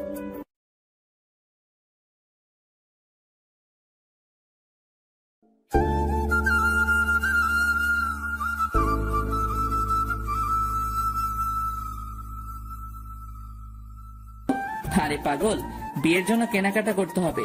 তারপর বিয়ের অনুষ্ঠান কোন দিন হবে সেটা তো ঠিক করতে হবে, না হলে আমি আন্দাজে ছুটি কিভাবে নিব? তুমি 1 সপ্তাহের জন্য ছুটি নাও। এতদিন দিবে না, সর্বোচ্চ দিলে 3 দিন দিবে। তাহলে তোমার বিয়ে করার দরকার নেই। আরে ধুর, এগুলো কি বলো? ঠিকই তো বললাম। আচ্ছা তুমি কালকে অফিস করো, তারপরের কয়েকদিনের জন্য ছুটি নিও। ওকে। শপিং কোন দিন করবে? শপিং এ যাবো পরশুদিন। আচ্ছা ঠিক আছে। আচ্ছা শোনো, বাসায় কেউ নেই, আমি চলে যাচ্ছি। রাতে মোবাইলে কথা হবে, আর পরশুদিন তো দেখা হচ্ছেই। এখন চলে যাবা? হুম। এই যাওয়ার আগে একটা দিয়ে যাও না। কি? গাল দেখিয়ে দিলাম। মায়ের খাবা, বিয়ের আগে এগুলো কিচ্ছু হবে না। আসি আমি। অবন্তী চলে যাচ্ছে, আমি ওর চলে যাওয়ার দিকে তাকিয়ে আছি আর ভিতরে ভিতরে হাসতেছি। তারপর আমিও বাসায় চলে গেলাম। রাতে আব্বু আম্মুকে সবকিছু বললাম। তোর বলা লাগবে না, অবন্তী আমাদের সব বলেছে। ও তাহলে তো ভালোই। তুই ছুটি বেশি করে নিতে পারিস কিনা দেখিস। এটাও বলেছে? বলবে না কেন, ও কি তোর মতো হারামি নাকি? হ্যাঁ, আমি হারামি? আমাদের আদরের হারামি। যা বাবা, তাড়াতাড়ি ঘুমিয়ে যা। তারপর রুমে গিয়ে কিছুক্ষণ অবন্তীর সাথে কথা বললাম। তারপর ঘুমিয়ে গেলাম। ঘুম থেকে উঠে ফ্রেশ হয়ে নাস্তা করে অফিসে চলে গেলাম। সোজা ম্যানেজারের রুমে গেলাম। স্যার আসতে পারি? মিস্টার পারভেজ আসুন। ধন্যবাদ স্যার। কি অবস্থা বলেন? এই তো স্যার আছি মোটামুটি। কিছু বলবেন নাকি? জি স্যার, একটা কথা বলার ছিল। বলেন। স্যার আমার কয়েকদিন ছুটি লাগবে, আমি দরকার হলে পরের দিনগুলোতে কাজ বাড়িয়ে করে দিব। সেটা না হয় বুঝলাম, কিন্তু ছুটি কয়দিনের জন্য চাচ্ছেন? স্যার 1 সপ্তাহ। এতদিন কি করবেন? আসলে স্যার আমার বিয়ে। কনগ্রাচুলেশন। মাথা নিচু করে বললাম থ্যাংক ইউ স্যার। তো বিয়ে কখন? আপনার ছুটির উপর নির্ভর করবে। আচ্ছা ঠিক আছে, দিলাম। ধন্যবাদ স্যার। আপনার আর আপনার পুরো ফ্যামিলির দাওয়াত রইল, অবশ্যই আসবেন। স্যার বিয়ের কার্ড এখনো বানানো হয়নি, তাই দিতে পারিনি। আজকে গিয়ে বানাবো, আর প্রথমটা আপনাকে দিব। আচ্ছা ঠিক আছে, দিন। ওকে স্যার, আমি আসি তাহলে। আজকে কি কাজ করবেন? জি স্যার, কালকে থেকে ছুটি কাটাবো। ওকে, যান। তারপর বেরিয়ে গেলাম, নিজে টেস্টে গিয়ে কাজ করলাম। কাজ শেষ করে বাসায় চলে গেলাম। মনের মধ্যে অন্যরকম একটা আনন্দ বইতেছে। রাতে খেয়ে ঘুমিয়ে গেলাম। সকালে ঘুম থেকে উঠে ফ্রেশ হয়ে নাস্তা করে নিলাম। আয়মানকে কল দিয়ে আমাদের বাসায় আসার জন্য বললাম। আব্বু আম্মুকেও রেডি হতে বললাম। অবন্তীকে কল দিলাম। হ্যালো পারভেজ, তোমার নাম্বার অফ ছিল কেন? রাতে বন্ধ করে ঘুমাইছিলাম। রেডি হইছো? না, হইতেছি। আসার সময় আব্বু আম্মুকে নিয়ে আসিও। আমার কাজিন প্রেমা আসতে চাইছে। ওকে নিয়ে আসো। কোথায় আসবো? গ্র্যান্ড হক টাওয়ারের সামনে আসো, আমরা ওখানে থাকবো। আচ্ছা ঠিক আছে। ওকে। কল কেটে দিয়ে আমিও ফ্রেশ হয়ে রেডি হয়ে গেলাম। তারপর একটা সিএনজি ডেকে আব্বু আর আম্মুকে পিছনে বসতে দিলাম। আমি আর আইমান সামনে দিয়ে বসলাম। তারপর শপিং মলে চলে গেলাম। অনেকক্ষণ ধরে বসে আছি, অবন্তীর আসার কোনো খবর নাই। যাই হোক 30 মিনিট পর ওরা আসলো। বিয়াই বিয়ান একে অপরকে জড়িয়ে ধরলো, কিছুক্ষণ কথাবার্তা বললো। আমারও ইচ্ছা হয়েছিল অবন্তীকে জড়িয়ে ধরি, কিন্তু পাবলিক প্লেসে এগুলো করা যাবে না। যাই হোক তারপর ভিতরে গেলাম। প্রথমে আব্বু আম্মুর জন্য কেনাকাটা শুরু করলাম। আব্বুর জন্য পাঞ্জাবি, পায়জামা, গেঞ্জি, জুতা, আরো কিছু জিনিস কিনলাম। আম্মুর জন্য শাড়ি, ব্লাউজ সহ আরো অনেক কিছু নিয়েছে। শ্বশুর শাশুড়ির জন্য সেম জিনিস নিলাম। তারপর আইমানকে নিতে বললাম, কিন্তু সে নিচ্ছে না। অনেক জোরাজোরি করে একটা পাঞ্জাবি নিলাম, সেম কালারের। আমিও একটা নিলাম। প্রেমাকে বলার আগে কেনাকাটা শুরু করে দিল। আসলে মেয়েদের শখ একটু বেশি, সেটা যদি জামা কাপড়ের উপর হয় তাহলে তো কথাই নাই। প্রেমাও অনেকগুলো জামা নিল। এরপর আমার সিরিয়াল আসলো। আমার জন্য সবকিছু অবন্তী নিজেই চয়েস করলো। আব্বু আম্মুর জন্য অবন্তী চয়েস করলো। আমি অল্প কিছু নিলাম, কারণ টাকাটা হিসাবের মধ্যে রাখতে হবে, পরে যাতে টানাটানি না হয়। এরপর অবন্তীর পালা আসলো। অবন্তী একটা নীল শাড়ি পছন্দ করলো। বিয়েতে কেউ নীল পরে? বিয়েতে তো লাল পরে। আমার নীল পছন্দ। আর কোথাও লেখা আছে যে বিয়েতে শুধু লাল পরতে হবে, অন্য কোনো কালার শাড়ি পরা যাবে না? আচ্ছা ঠিক আছে, যেটা ভালো লাগে সেটাই কিনো। অবন্তী জিনিস কিনতে কিনতে হয়রান হয়ে গেছি। অন্তত 50টা দোকান গেছে। মেয়েদের যে এত জিনিস লাগে বিয়ে না করলে বুঝতাম না। দীর্ঘ 4 ঘন্টা শেষ। অবন্তীর শপিং শেষ হলো। তারপর সবাই মিলে একটা হোটেলে গিয়ে দুপুরের খাবার খেয়ে নিলাম। এরপর যে যার মতো বাসায় চলে আসলাম। আগামীকাল মেহমানদের দাওয়াত করতে হবে। পরশুদিন গায়ে হলুদ, আর পরের দিন বিয়ে। বাসায় এসে ঘুমিয়ে গেলাম। সারাদিন ঘোরাঘুরির কারণে ক্লান্ত লাগছিল, তাই শোয়ার সাথে সাথেই ঘুম চলে আসলো। পরের দিন ঘুম থেকে উঠে আইমানকে সাথে নিয়ে বিয়ের কার্ড বানাতে গেলাম। তারপর কার্ডগুলো রেডি করে আত্মীয় স্বজন, বন্ধু বান্ধব সবাইকে দাওয়াত দিলাম। আব্বুর হাতে অনেকগুলো কার্ড দিয়ে দিলাম, ওনার পরিচিত যারা আছে তাদের দাওয়াত দেওয়ার জন্য। আইমান ডেকোরেশন করার জন্য সব রকম ব্যবস্থা করা শুরু করে দিল। পরের দিন মানে হলুদের দিন সকাল থেকে বাসা সাজানো শুরু করে দিল। চারপাশে লাইট ফুল দিয়ে বাসাটা অন্যরকম ভাবে সাজানো হলো। অনেকদিন পর এই বাসায় একটু কোলাহল শুরু হলো। আত্মীয় স্বজনরা এক এক করে আসতে শুরু করলো। আমি আর আইমান বাজারে গেলাম, গিয়ে বাজার করে নিয়ে আসলাম। বিকেল বেলা অবন্তীকে কল দিলাম। কিছুক্ষণ পর অবন্তী কল ধরলো। ওই কল ধরতে এত দেরি করো কেন? ধুর, বইলো না, বাচ্চা কাচ্চাগুলো পুরো পাগল করে দিচ্ছে। আমার সব জিনিস এলোমেলো করে ফেলেছে। ও আই পারভেজ। বলো। কি করো? এতক্ষণ কাজ করলাম তাই তোমার খবর নিতে পারিনি, তাই এখন কল দিলাম। ও আচ্ছা। তুমি কি করো? এই তো পার্লারে যাব, রেডি হচ্ছি। আমি আসবো? তুমি আসবে কেন? তোমাকে কিভাবে সাজাই দেখবো, আর সাজালে কেমন লাগে সেটাও দেখবো। অত দেখতে হবে না, সারা জীবন দেখছো, ভবিষ্যতেও দেখবা, সো টেনশন করার দরকার নেই। আচ্ছা রাখি, পরে কথা বলবো। কলটাকে দোস্ত বল। কি রে, তুই আসছিস না? আমি এসে কি করব? তোরা সেরে নে, আমি না হয় কালকে আসবো। কালকে আসবি মানে? আমি এত কিছু বুঝি না, তুই এক্ষুনি আসবি। কিন্তু আমার সাথে তো সানি আছে। তোর সমস্যা কোথায়? সানিরেও নিয়ে আয়। আচ্ছা ঠিক আছে, নিয়ে আসছি। তাড়াতাড়ি আয়। কল কেটে দিলাম। তারপর আরো কিছু কাজ সেরে নিলাম। সন্ধ্যায় গোসল করে নিলাম। এরপর রেডি হলাম। আইমান আমাকে সাজিয়ে দিল। দুজনে একই পাঞ্জাবি পরলাম। রাত 11টা পর্যন্ত গান বাজনা হলো। আমার বন্ধুরা হাকিম, ফাহাদ, ফারুক, সাদ্দাম সবাই উড়াধুরা নাচলো। ওদের সাথেও আমিও আম্মু দুজনে আসলো। আমাকে মিষ্টি খাইয়ে দিয়ে যখন হলুদ মাখতে যাবে তখনই দুজনে কাঁদতে শুরু করলো আমাকে জড়িয়ে ধরে। আমিও নার্ভাস হয়ে গেলাম। তারপর আইমান, হাকিম, ফাহাদ এসে ওনাদেরকে সব বুঝিয়ে আবারও পরিস্থিতি ঠিক করলো। তারপর আইমান, হাকিম, ফাহাদ, লিমা, সানি, সাদ্দাম একে একে এসে হলুদ মেখে গেল। আত্মীয় স্বজন সবার হলুদ দেওয়া শেষ, শুধু একজন ছাড়া, যে জীবনেও আমাকে হলুদ দিতে পারবে না। সে হচ্ছে আমার ভাই। ভাইয়া বেঁচে থাকলে হয়তো ভাইয়া সবার আগে আমাকে হলুদ দিত। ভাইয়ার কথা মনে পড়তেই মনটা খারাপ হয়ে গেল। আমার মনটা খারাপ দেখে বন্ধুরা সবাই আসলো। কিরে, আপসেট কেন? এমনি। মামা একটা কাজ কর। কি? চল তোর বউকে হলুদ দিয়ে আসি। আরে ধুর, জামাই কখনো বউকে হলুদ দিতে দেখেছিস? আরে বেটা, কয়জন জামাই পারবে নিজের বউকে গায়ে হলুদ দিতে? চল, এটা হবে অন্যরকম গায়ে হলুদ। তারপরেও আরে বেটা, এত কথা বলিস কেন? চল তো। এত রাতে গাড়ি কোথায় পাবি? গাড়ি লাগবে না, বাইক আছে। আমারটা আর ফাহাদেরটা নিলে হয়ে যাবে। আচ্ছা ঠিক আছে, চল। এরপর বাইক নিয়ে আমি আর হারামিগুলো অবন্তীদের বাসার দিকে রওনা দিলাম। পুরো রাস্তা ফাঁকা। গভীর রাত হওয়ায় রাস্তায় গাড়ি তেমন নেই। স্পিডে চালিয়ে অবন্তীদের বাসার সামনে চলে গেলাম। গেটটা পার হয়ে ভিতরে গেলাম। চারপাশে কেমন হইচই, আমার এক প্রকার লজ্জাও করতেছে। হলুদের রাত, কোথায় জামাই নিজের বাসায় থাকবে সেটা না করে বউয়ের বাসায় চলে এসেছে। মানুষ কি বলবে আল্লাহই জানে। আমাদেরকে দেখে সবাই একটু অবাক হলো। আসলে হওয়ারই কথা। অবন্তীর বাবা এগিয়ে আসলো। পারভেজ কাকার অনেক ইচ্ছা হয়েছে, সে নাকি অবন্তীকে মানে আপনার মেয়েকে হলুদ লাগাবে। শ্বশুর হাসতে লাগলো। হারামিটা আমাকে জায়গা মতো পাশ দিল।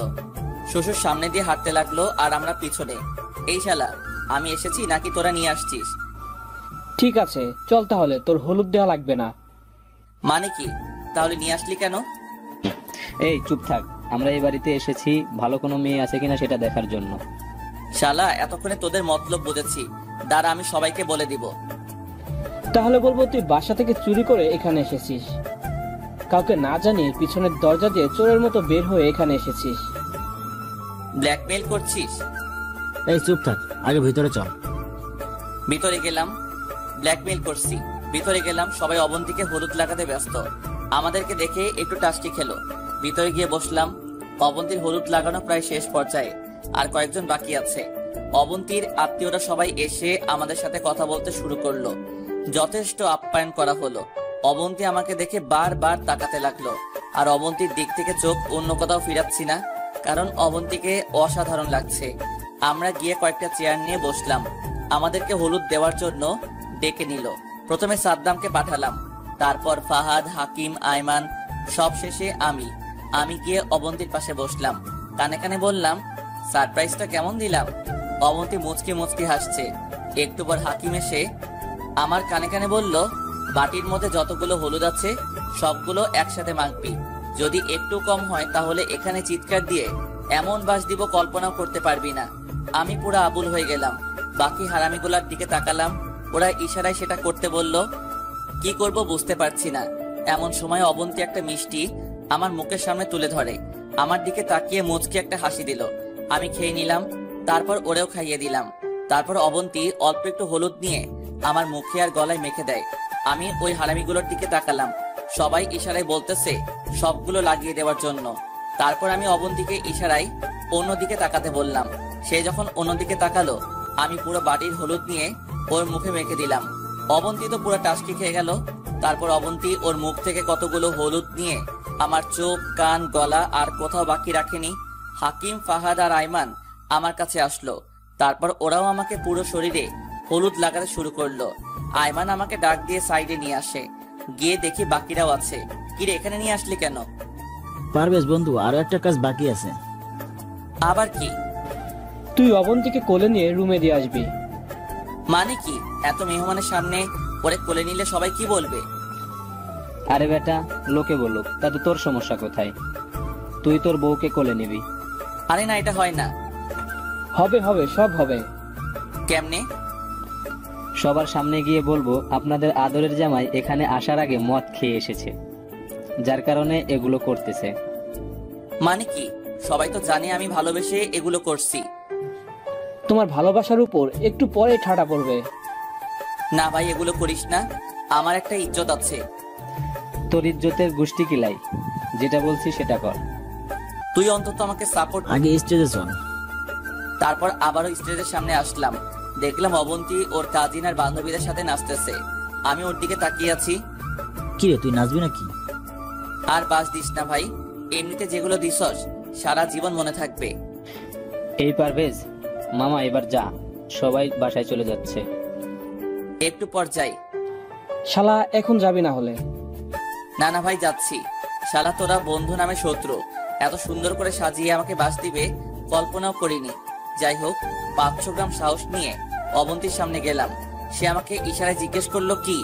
আমি কোনো উত্তর না দিয়ে ওরে একটা টান দিতেই কোলে তুলে নিলাম। বিয়ে বাড়ি সবাই তো আমার দিকে তাকিয়ে আছে। এদিকে আইমান, হাকিম, ফাহাদ তালি দেওয়া শুরু করলো। ওদের তালি দেওয়া দেখে বাকিরাও তালি দেওয়া শুরু করলো। অবন্তী লজ্জায় লাল হয়ে যায়। তারপর আমার বুকে মাথা লুকিয়ে ফেলে। আমি অবন্তী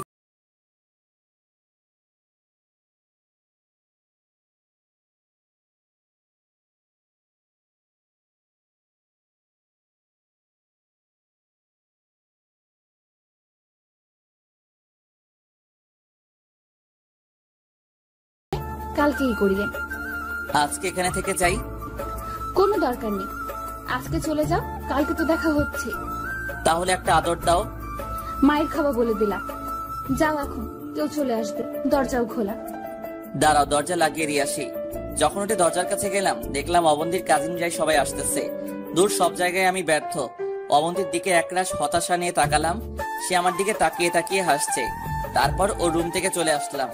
বাইরে এসে সবার থেকে বিদায় নিয়ে আবারও আমাদের বাসার দিকে রওনা দিলাম। আমি বাইকের পেছনে বসে আছি। আইমানি ওগুলো নিয়ে বের হয়ে গেলাম। সবাই হলুদ দিয়েছে, শুধু একজন ছাড়া। তার কাছেই যাচ্ছি। আমি ভাইয়ার কাছে যাচ্ছি। সবকিছু ভুলে গেলেও আমার ভাইয়ার কথা আমি ভুলিনি। এত আনন্দের মধ্যেও ভাইয়ার শূন্যতা আমি অনুভব করি। হাঁটতে হাঁটতে ভাইয়ার কবরের পাশে গিয়ে বসলাম। কিছুক্ষণ তাকিয়ে রইলাম। তারপর বলতে শুরু করলাম, ভাইয়া কেমন আছিস?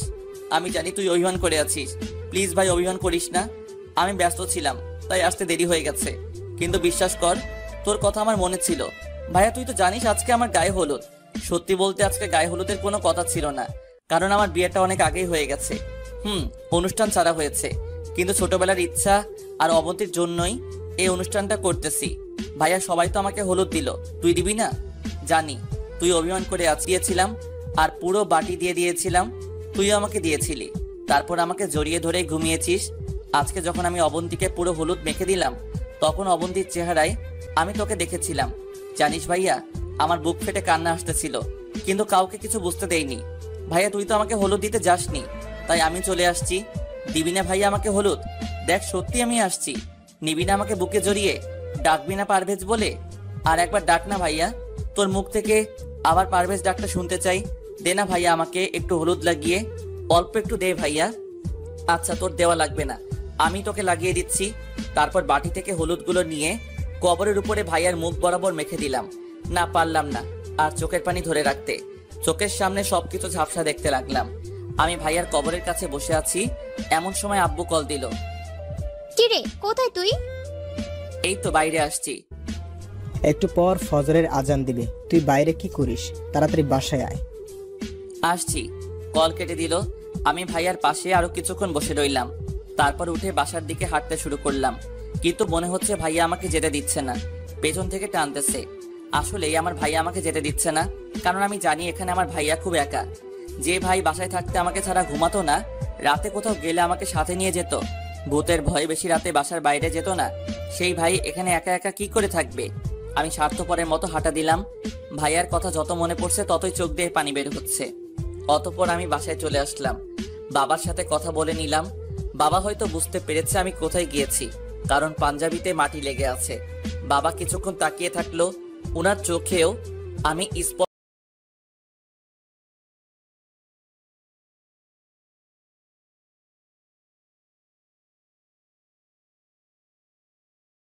আচ্ছা রাখি এখন।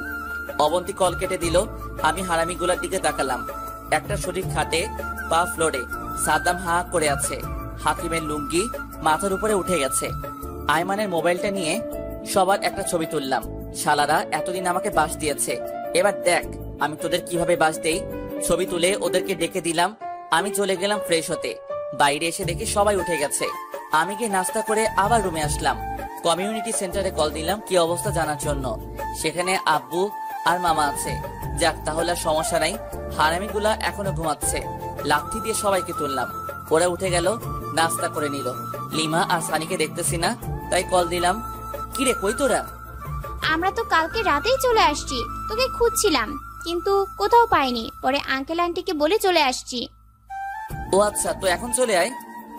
না রে, আমরা সেন্টারে থাকবো। আচ্ছা ঠিক আছে, তাড়াতাড়ি আসিস। হারামিগুলা নাস্তা করে আসলো। পারভেজ, বল। তোর তো দুলাভাই নাকি? না কেন? তোরে গোসল দেওয়ার জন্য। আমার গোসল কেন দুলাভাই দিবে? আরে বিয়ের গোসল দুলাভাই দেয়। আমারটা আমি দিব। চল আমরা দিয়ে দিচ্ছি। তোরা কেন দিবি? চুপ থাক, চল এখন। ওরা জোর করে নিয়ে গেল। তারপর টাউটারি করতে করতে গোসলটা শেষ করলো। রুমে এসে ফাটাফাটি করে রেডি করে দিল। আয়না নিজেকে দেখে নিজেই ক্রাশ খেলাম। কিছুক্ষণ পরে এই হারামিগুলো আমার সামনে এসে হাত পেতে দাঁড়িয়ে আছে। কিরে কি হইছে? টাকা দে। কিসের টাকা? গোসল করলাম যে। অদ্ভুত, গোসল করারে টাকা দিতে হবে নাকি? আমার কাছে কোনো টাকা নাই। টাকা দিবি নাকি তোকে জায়গা মতো বাস দিব? আরে তুই বাস দিবি, আমি তোদেরকে বাস দিব। তা কি করে দেখি তো তুই কি বাস দিস। আমি আয়মানের কাছ থেকে মোবাইলটা নিয়ে হাকিমের লুঙ্গি ওঠা ছবিটা দেখালাম। ওরা তো হাসতে হাসতে শেষ। টাকা আর নিবি? তারপর সবাই রেডি হলো। আমি আর বন্ধুরা সবাই মেহমানদেরকে গাড়িতে উঠিয়ে দিলাম। সবার শেষে আমি আর হারামিগুলা একসাথে গেলাম। আমি গিয়ে বসে আছি, কিন্তু অবন্তীর কোনো খবর নাই। কল দিলাম, সে নাকি এখনো পার্লারে। মেয়েদের এত কিসের সাজ আল্লাহ ভালো জানে। খাওয়া দাওয়া শুরু হলো। হারামিগুলা আমাকে রেখে খেতে বসে গেল। ওদের খাওয়া দেখে আমারও খেতে ইচ্ছে করছে, কিন্তু দুলা তো খাওয়ার সিস্টেম নাই। প্রায় 1 ঘন্টা 35 মিনিট পর অবন্তীকে নিয়ে আসলো। আমি ওরে দেখে হা করে তাকিয়ে আছি। আয়মান এসে একটা টোকা দিয়ে বলল। আমি গিয়ে অবন্তীর পাশে বসলাম। অবন্তী আমার কানের কাছে ওর মুখ এনে বলল, এই যে মিস্টার পারভেজ। জি ম্যাম বলেন। তোমার খবর আছে। কেন? আমি কি করেছি? তুমি অন্য মেয়ের দিকে তাকাইছো কেন? আরে আজব, আমি কখন তাকালাম? আমি নিজের চোখে দেখেছি। দাঁড়া, বিয়েটা শেষ হোক, তারপর তোমার 12টা বাজাবো। ওকে ম্যাম, দেখা যাবে। আপনি আমার 12টা বাজান নাকি আমি আপনার 12টা বাজাই? দেখবো। আব্বু আম্মুর ইচ্ছার কথা মনে আছে? অবন্তী লজ্জায় আরো লাল হয়ে যায়। আমি অন্যদিকে তাকিয়ে হাসছি। একটু পর বড় প্লেটে করে খাবার নিয়ে আসা হলো। আমি অবন্তীকে খাইয়ে দিচ্ছি, অবন্তী আমাকে খাইয়ে দিচ্ছে। আহ, কি এক ভালো লাগা, সেটা ভাষায় প্রকাশ করার মতো না। এত আনন্দ বিয়েতে আগে জানা ছিল না। খাওয়া দাওয়া শেষ। আমাদের আবার বিয়ে পড়ানো হবে না, কারণ আমরা আগে থেকে স্বামী স্ত্রী।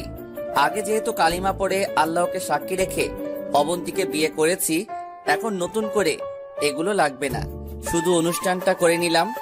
এরপর শুরু হলো ছবি তোলা। যদিও এর মধ্যে কয়েক হাজার ছবি ওঠানো হয়ে গেছে। ছবি তোলা শেষে আমি আর অবন্তী সবার সাথে কথা বলে নিলাম। একেবারে অবন্তীকে দেখে রাখিস, বেশি কিছু করিস না। অবন্তী তোর ভাবি লাগে, সো রেসপেক্ট দিয়ে সবকিছু করবি। আরে হারামখোর, ভাবি আগে ছিল, এখন তো বউ। তবুও ভাবির দৃষ্টিতে দেখিস। চুপ থাক হারামি। ওই পারভেজ, তুই গাড়িতে যা, অবন্তী উঠে গেছে। আচ্ছা ঠিক আছে, তোরা অন্য গাড়িতে বাসায় চলে আয়, আসলে দেখা হবে। আচ্ছা ঠিক আছে, যা। তারপর আমি গাড়িতে গিয়ে বসলাম, অবন্তীর সাথে একদম গা লাগিয়ে বসলাম। এই, আরো দূরে যাও। কেন, সমস্যা কি? ড্রাইভার আর ওরা দেখতেছে। দেখলে দেখুক, আমার কি? আমি আমার বউয়ের সাথে কিভাবে বসবো সেটা আমি বুঝবো। আমি অবন্তীর একটা হাত ধরলাম, ও আমার দিকে তাকিয়ে একটা হাসি দিল। গাড়ি চলছে তার আপন মনে। আমি অবন্তীর হাত ধরে স্বপ্নে হারিয়ে গেলাম। অনেকক্ষণ পর বাসায় আসলাম।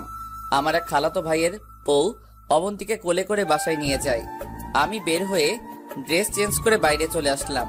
তারপর হাকিম, ফাহাদ, আইমান আর সাদ্দাম ওদের সাথে বাইরে বের হলাম। রাত 9টার সময় সবাই বাসায় আসলাম। এসে খাওয়া দাওয়া করে সবাই ছাদে চলে গেলাম। অনেকক্ষণ আড্ডা দিলাম। 10টার দিকে আব্বু ছাদে আসলো। পারভেজ, তুই এখানে? জি আব্বু। এত রাতে এখানে কি করিস? এই তো ওদের সাথে বসে আছি। আচ্ছা, এবার রুমে যা, অবন্তী অনেকক্ষণ ধরে বসে আছে। আচ্ছা যাচ্ছি, আপনি নিচে যান, আমি আসছি। তাড়াতাড়ি আয়। আব্বু চলে গেল। হারামি গুলা আমারে নিয়ে ট্রল করতে শুরু করে দিল। যা বন্ধু যা, এই যুদ্ধে তুই যেন জয়ী হতে পারিস, এই দোয়াই রইল। পানি লাগলে আমাকে বলিস। সবকিছু ঠিকভাবে করিস। পারভেজ, বন্ধু তো লাইফটা অনেক দারুণ, 2বার বাসর, তাও আবার একই বউর সাথে। আমি মনে মনে বললাম, ওটা বাসর ছিল না, আমার লাইফের সবচেয়ে বড় বাস ছিল। আচ্ছা তোরা যা, ঘুমিয়ে পড়, আজকে অনেক খাটাখাটি করেছিস। আরে আমরা কি করেছি, করবি তো তুই এখন। দূর শালা, তোদের সাথে কোনো কথাই নাই। আমি নিচে চলে আসলাম। রুমের সামনে গিয়ে দরজায় হাত দিব, এমন সময় ভাইয়ার কথা মনে পড়ে গেল। আজকে তো আমি ভাইয়ার সাথে দেখা করিনি। দরজার সামনে থেকে নিজেকে ঘুরিয়ে নিলাম, বের হয়ে হাঁটা দিলাম ভাইয়ার কাছে। ভাইয়ার কবরের পাশে গিয়ে বসলাম। ভাইয়া কেমন আছিস? প্লিজ রাগ করিস না, আমার আসতে দেরি হয়ে গেল। তুই আবার এটা ভাবিস না আমি বিয়ে করে তোকে ভুলে গেছি। আরে পাগল, তুই সব সময় আমার পাশেই আছিস। জানিস ভাইয়া, আমি যখন বিয়ের পিড়িতে বসেছি তখন চোখের সামনে তোকে দেখতেছি। আমার মনে হচ্ছে তুই আমার বিয়ের সব কাজ করছিস। ভাইয়া, আজকে আমার বাসর রাত, তুই থাকলে হয়তো আরো বেশি মজা হতো বিয়েতে। আমি জানি তোর অবন্তীকে আমি বিয়ে করেছি দেখে তুই আমার উপর রাগ করে আছিস, কিন্তু কি করব বল, আমি না করলে অবন্তীর অন্য জায়গায় বিয়ে হয়ে যেত। ভাইয়া, আমি অবন্তীকে তোর মতো করে ভালো রাখার চেষ্টা করব, তুই আমার জন্য দোয়া করিস ভাইয়া। এমন সময় অবন্তী কল দিল। আমি কল কেটে দিলাম। আরো কিছুক্ষণ থেকে তারপর বাসার দিকে রওনা দিলাম। বাসায় ঢুকে যেই রুমের দিকে পা বাড়ালাম তখনই লিমা আর সানি আমার পথ আটকে দাঁড়ালো। এই যে মিস্টার জুয়েল, কোথাও যাওয়া হচ্ছে? তোর ভাবি অনেকক্ষণ ধরে বসে আছে। কিন্তু আমাদের পাওনা? তোর আবার কিসের পাওনা? বাহ, ভুলে গেলি? এই যে এত কষ্ট করে আপনার বাসর ঘর সাজালাম, সেটার পাওনা। লিমা বোন আমার, সানি ভাই, আমাকে মাফ করে দে, এখন অন্যদিন ডাবল দিব। জি না মিস্টার, এখন মাফ করা যাবে না। আচ্ছা এই নে, 50 টাকা দিলাম। এটা কি দিলি? তোদের বকশিস। ফকিন্নি, 5000-এর কমে 1 টাকাও নিব না। ইন্না লিল্লাহি ওয়া ইন্না ইলাইহি রাজিউন। এটা কি বললি?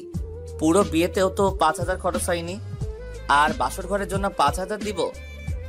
জি ভাইয়া, বাসর ঘরটাই তো আসল। শালা মাইনকার চিপায় পড়ে গেলাম। পরে 1000 দিয়ে কোনো মতে ভিতরে গেলাম। যাক, আল্লাহ বাঁচাইছে। ভিতরে গেলাম, দেখলাম অবন্তী গাল ফুলিয়ে বসে আছে। আমি জানি দেরি করার কারণে এমন ভাবে গাল ফুলিয়ে রাখছে। আমি ওর সামনে গিয়ে বললাম, এই সরি। তোমার কোনো ক্ষমা নেই। এই সরি বললাম তো, আচ্ছা যাও, কান ধরলাম। উঠবস করো। এই না প্লিজ, এটা করো না। তাহলে তোমার সাথে কথা নাই। প্লিজ কথাটা শোনো। কি শুনবো? এতক্ষণ কোথায় ছিলা? যদি সত্যিটা বলি, আমি ভাইয়ার কাছে গিয়েছিলাম, তাহলে অবন্তীর মনটা খারাপ হয়ে যাবে, হয়তো ভাইয়ার স্মৃতিগুলো মনে পড়ে যাবে। তাই বললাম, আরে ওই হারামিগুলোর সাথে ছিলাম, আসতে দিচ্ছিল না। তারপর এখানে আসার সময় লিমা আর সানি আক্রমণ করে। সবকিছু ঠিকঠাক করে আসতে একটু সময় লেগে গেছে। প্লিজ এবারের মতো মাফ করে দাও, আর হবে না। মনে থাকে জানো, এই রুমের বাইরে যাও। বাইরে কেন? আমি কাপড় চেঞ্জ করব। তো আমার সামনে করলে সমস্যা কি? তুমি বাইরে যাবে নাকি মায়ের খাবে? আচ্ছা বাবা, যাচ্ছি। বাইরে চলে এলাম, প্রায় 10 মিনিট হবে, কিন্তু এখনো দরজা খুলছে না। আমি কল দিলাম, এই কি হলো? আর 2 মিনিট। দূর, বাসর ঘর এমন হয় নাকি? বিরক্ত লাগছে। আরো 7 মিনিট, মোট 17 মিনিট পর অবন্তী দরজা খুলে দিল। আমি ভিতরে গেলাম, অবন্তী পাশে গিয়ে বসলাম। একটা হালকা নীল রঙের শাড়ি পরে নিল, একটু অন্যরকম লাগছে। আই, তোমার অজু আছে? ছিল, বাট এখন নেই। যাও অজু করে আসো। আমি ওয়াশরুমে গিয়ে অজু করে নিলাম। যখন অবন্তীর সামনে আসলাম, তখন অবন্তী পা ছুঁয়ে সালাম করতে যাবে, এমন সময় আমি ওর হাতটা ধরে ফেললাম। ওর বুকে জড়িয়ে বললাম, তোমার জায়গা পায়ে নয়, আমার এই বুকে। আসো 2 রাকাত নামাজ পড়ে নি। তারপর দুজনে নামাজ পড়ে নিলাম। আমি গিয়ে খাটের উপর বসলাম, অবন্তীও আমার পাশে এসে বসলো। এই, আমার খুব ঘুম পাচ্ছে। এত মাইর দেব। আজকে ঘুমটুম কিচ্ছু হবে না, আজকে সারা রাত গল্প করব। এত গল্প কোথায় থেকে আসবে? চুপচাপ শুনতে থাকো। এইভাবে গল্প শুনে মজা নাই। তো কিভাবে শুনবে? এই যে মনে করো আমি কারো কোলে মাথা রেখে শুয়ে থাকবো, আর সে আমার মাথায় হাত বুলাতে বুলাতে গল্প করবে। অবন্তী মুচকি হাসলো। আমি ওর কোলে মাথা রেখে শুয়ে গেলাম, আর অবন্তী আমার মাথায় হাত বুলাতে বুলাতে আমাদের ভবিষ্যতের স্বপ্নগুলো বলতে শুরু করলো। অনেকক্ষণ পর আমি উঠলাম। তারপর অবন্তীর একটা হাত ধরে বললাম, মনে আছে? কি? আব্বু আম্মুর ইচ্ছে। এই জুয়েল, না, একদম না। আমি অবন্তীর কোনো কথা না শুনে ওর হাত ধরে একটা টান দিলাম, সাথে সাথে আমার সামনে চলে আসলো। আমি একটু একটু আগাচ্ছি, আর অবন্তী পিছাচ্ছে। ওর ঠোঁটগুলো কাঁপতেছে। আমি আস্তে আস্তে ওর মুখের কাছে গেলাম। তারপর 4 ঠোঁট এক হয়ে গেল। দুজনেই হারিয়ে গেলাম অন্য এক জগতে। শুরু হলো আমাদের নতুন জীবনের নতুন অধ্যায়। 5 বছর পর। না মা, আজকে অফিসে যাব না, তোমাদের নিয়ে ঘুরতে যাব। ও, কি মজা, কি মজা। আচ্ছা, আব্বু কোথায় যাবে? সেটা না হয় পরে বলবো। তোমার আম্মু কোথায়? আম্মু তো নাস্তা রেডি করছে, তুমি ফ্রেশ হয়ে আসো। ওকে মামনি, তুমি যাও, আমি আসছি। ফ্রেশ হতে হতে আপনাদের কাহিনীটা বলে দেই। এই যে একটু আগে যে কথা বললো, সে হচ্ছে আমার মেয়ে অনা। আমাদের কন্যা সন্তান হয়েছে। অনার চেহারাটা ভাইয়ার সাথে প্রায় মিল। ওর মধ্যে আমরা ভাইয়াকে খুঁজে পাই। এই 5 বছরে অনেক কিছুই পরিবর্তন হয়ে গেছে। আমি আর অবন্তী একসাথে মাস্টার্স কমপ্লিট করি। তারপর আমি আগের অফিস, মানে লিমাদের ওখান থেকে ভালো একটা অফিসে ম্যানেজার পদে চাকরি পাই। ইচ্ছা ছিল লিমাদের ওখানেই থেকে যাব। আমাদের বিয়ের কিছুদিন পর লিমারও বিয়ে হয়ে যায় সানির সাথে। তারপর তারা দেশ ছেড়ে চলে যায়। লিমার কোনো ভাই বোন না থাকায় তার আব্বু কোম্পানি বিক্রি করে লিমার ওখানেই চলে যায়। আমি অন্য একটা কোম্পানিতে চাকরি নেই। আইমানও খুব ভালো একটা চাকরি পেয়েছে, তবে আফসোস আমার ফ্রেন্ডটা আমার সাথে নেই। চাকরির কারণে দুইজন দুই প্রান্তে, কিন্তু সব সময় কথা হয়। আর হাকিম, ফাহাদ, সাদ্দাম ওরাও চাকরি করে, বিয়ে শাদী করে যে যার মতো সেটেল। মাঝে মধ্যে কথা হয়। আমার আর অবন্তীর সম্পর্কটা আরো গভীর হয়। ভালোবাসা দিনে দিনে অনেক বেড়ে যায়। ফ্রেশ হয়ে নাস্তা করতে গেলাম। আমি আব্বু আম্মুকে রেডি হতে বললাম। ওনারা সবাই রেডি হলো। তারপর নিজেই গাড়ি ড্রাইভ করে ওনাদেরকে ঘোরানোর জন্য নিয়ে গেলাম। আসলে আমি ভাইয়ার কাছে যাচ্ছি। আমি গাড়ি নিয়ে সোজা ভাইয়ার কবরের পাশে গেলাম। আমরা সবাই গাড়ি থেকে নামলাম। নেমে ভাইয়ার কবর জিয়ারত করলাম। অনা বলল, আব্বু এখানে কি? এখানে তোমার বড় আব্বু আছে। ওনাকে বলো না আমাদের সাথে ঘুরতে বের হতে। আম্মু বলেছি রাতের বেলা আমাদের বাসায় আসবে। আব্বু আম্মু আর অবন্তীর দিকে তাকিয়ে দেখি ওদের চোখে পানি এসে গেছে। হয়তো ভাইয়া থাকলে আমাদের ফ্যামিলিটা আরো সুন্দর হতো। আজকে সব আছে আমার, টাকা আছে, সুখ আছে, ফ্যামিলি আছে, সম্মান আছে, কিন্তু নেই শুধু আমার কলিজার ভাইটা। যদি আমার জীবনের বিনিময়ে ভাইয়াটা আবার ফিরে আসতো, তাহলে হাসতে হাসতে জীবনটা দিয়ে দিতাম, নিজেকে সান্ত্বনা দিতাম। আমার ভাই, আমার কলিজা আবার ফিরে এসেছে আমাদের মাঝে। কবর থেকে হয়তো আমার ভাই বলতেছে, জুয়েল কাঁদিস না ভাই, আমাদের আবার দেখা হবে, খুব শীঘ্রই দেখা হবে, ইহকালে না হোক পরকালে দেখা হবে। তখন আমরা আবার একসাথে কাঁধে কাঁধ মিলিয়ে ঘুরবো, কাটাবো অনেকটা সময় তোর কাছে, বসবো দুজন একসাথে। ভালো থাকবি সব সময়, দেখে রাখবি আব্বু আম্মুকে, আর সুখে রাখবি আমার মামনি অনাকে, সাথে তোর অবন্তীকে। ভাই ভাই সম্পর্কটা থাকবে চিরকাল অটুট হয়ে।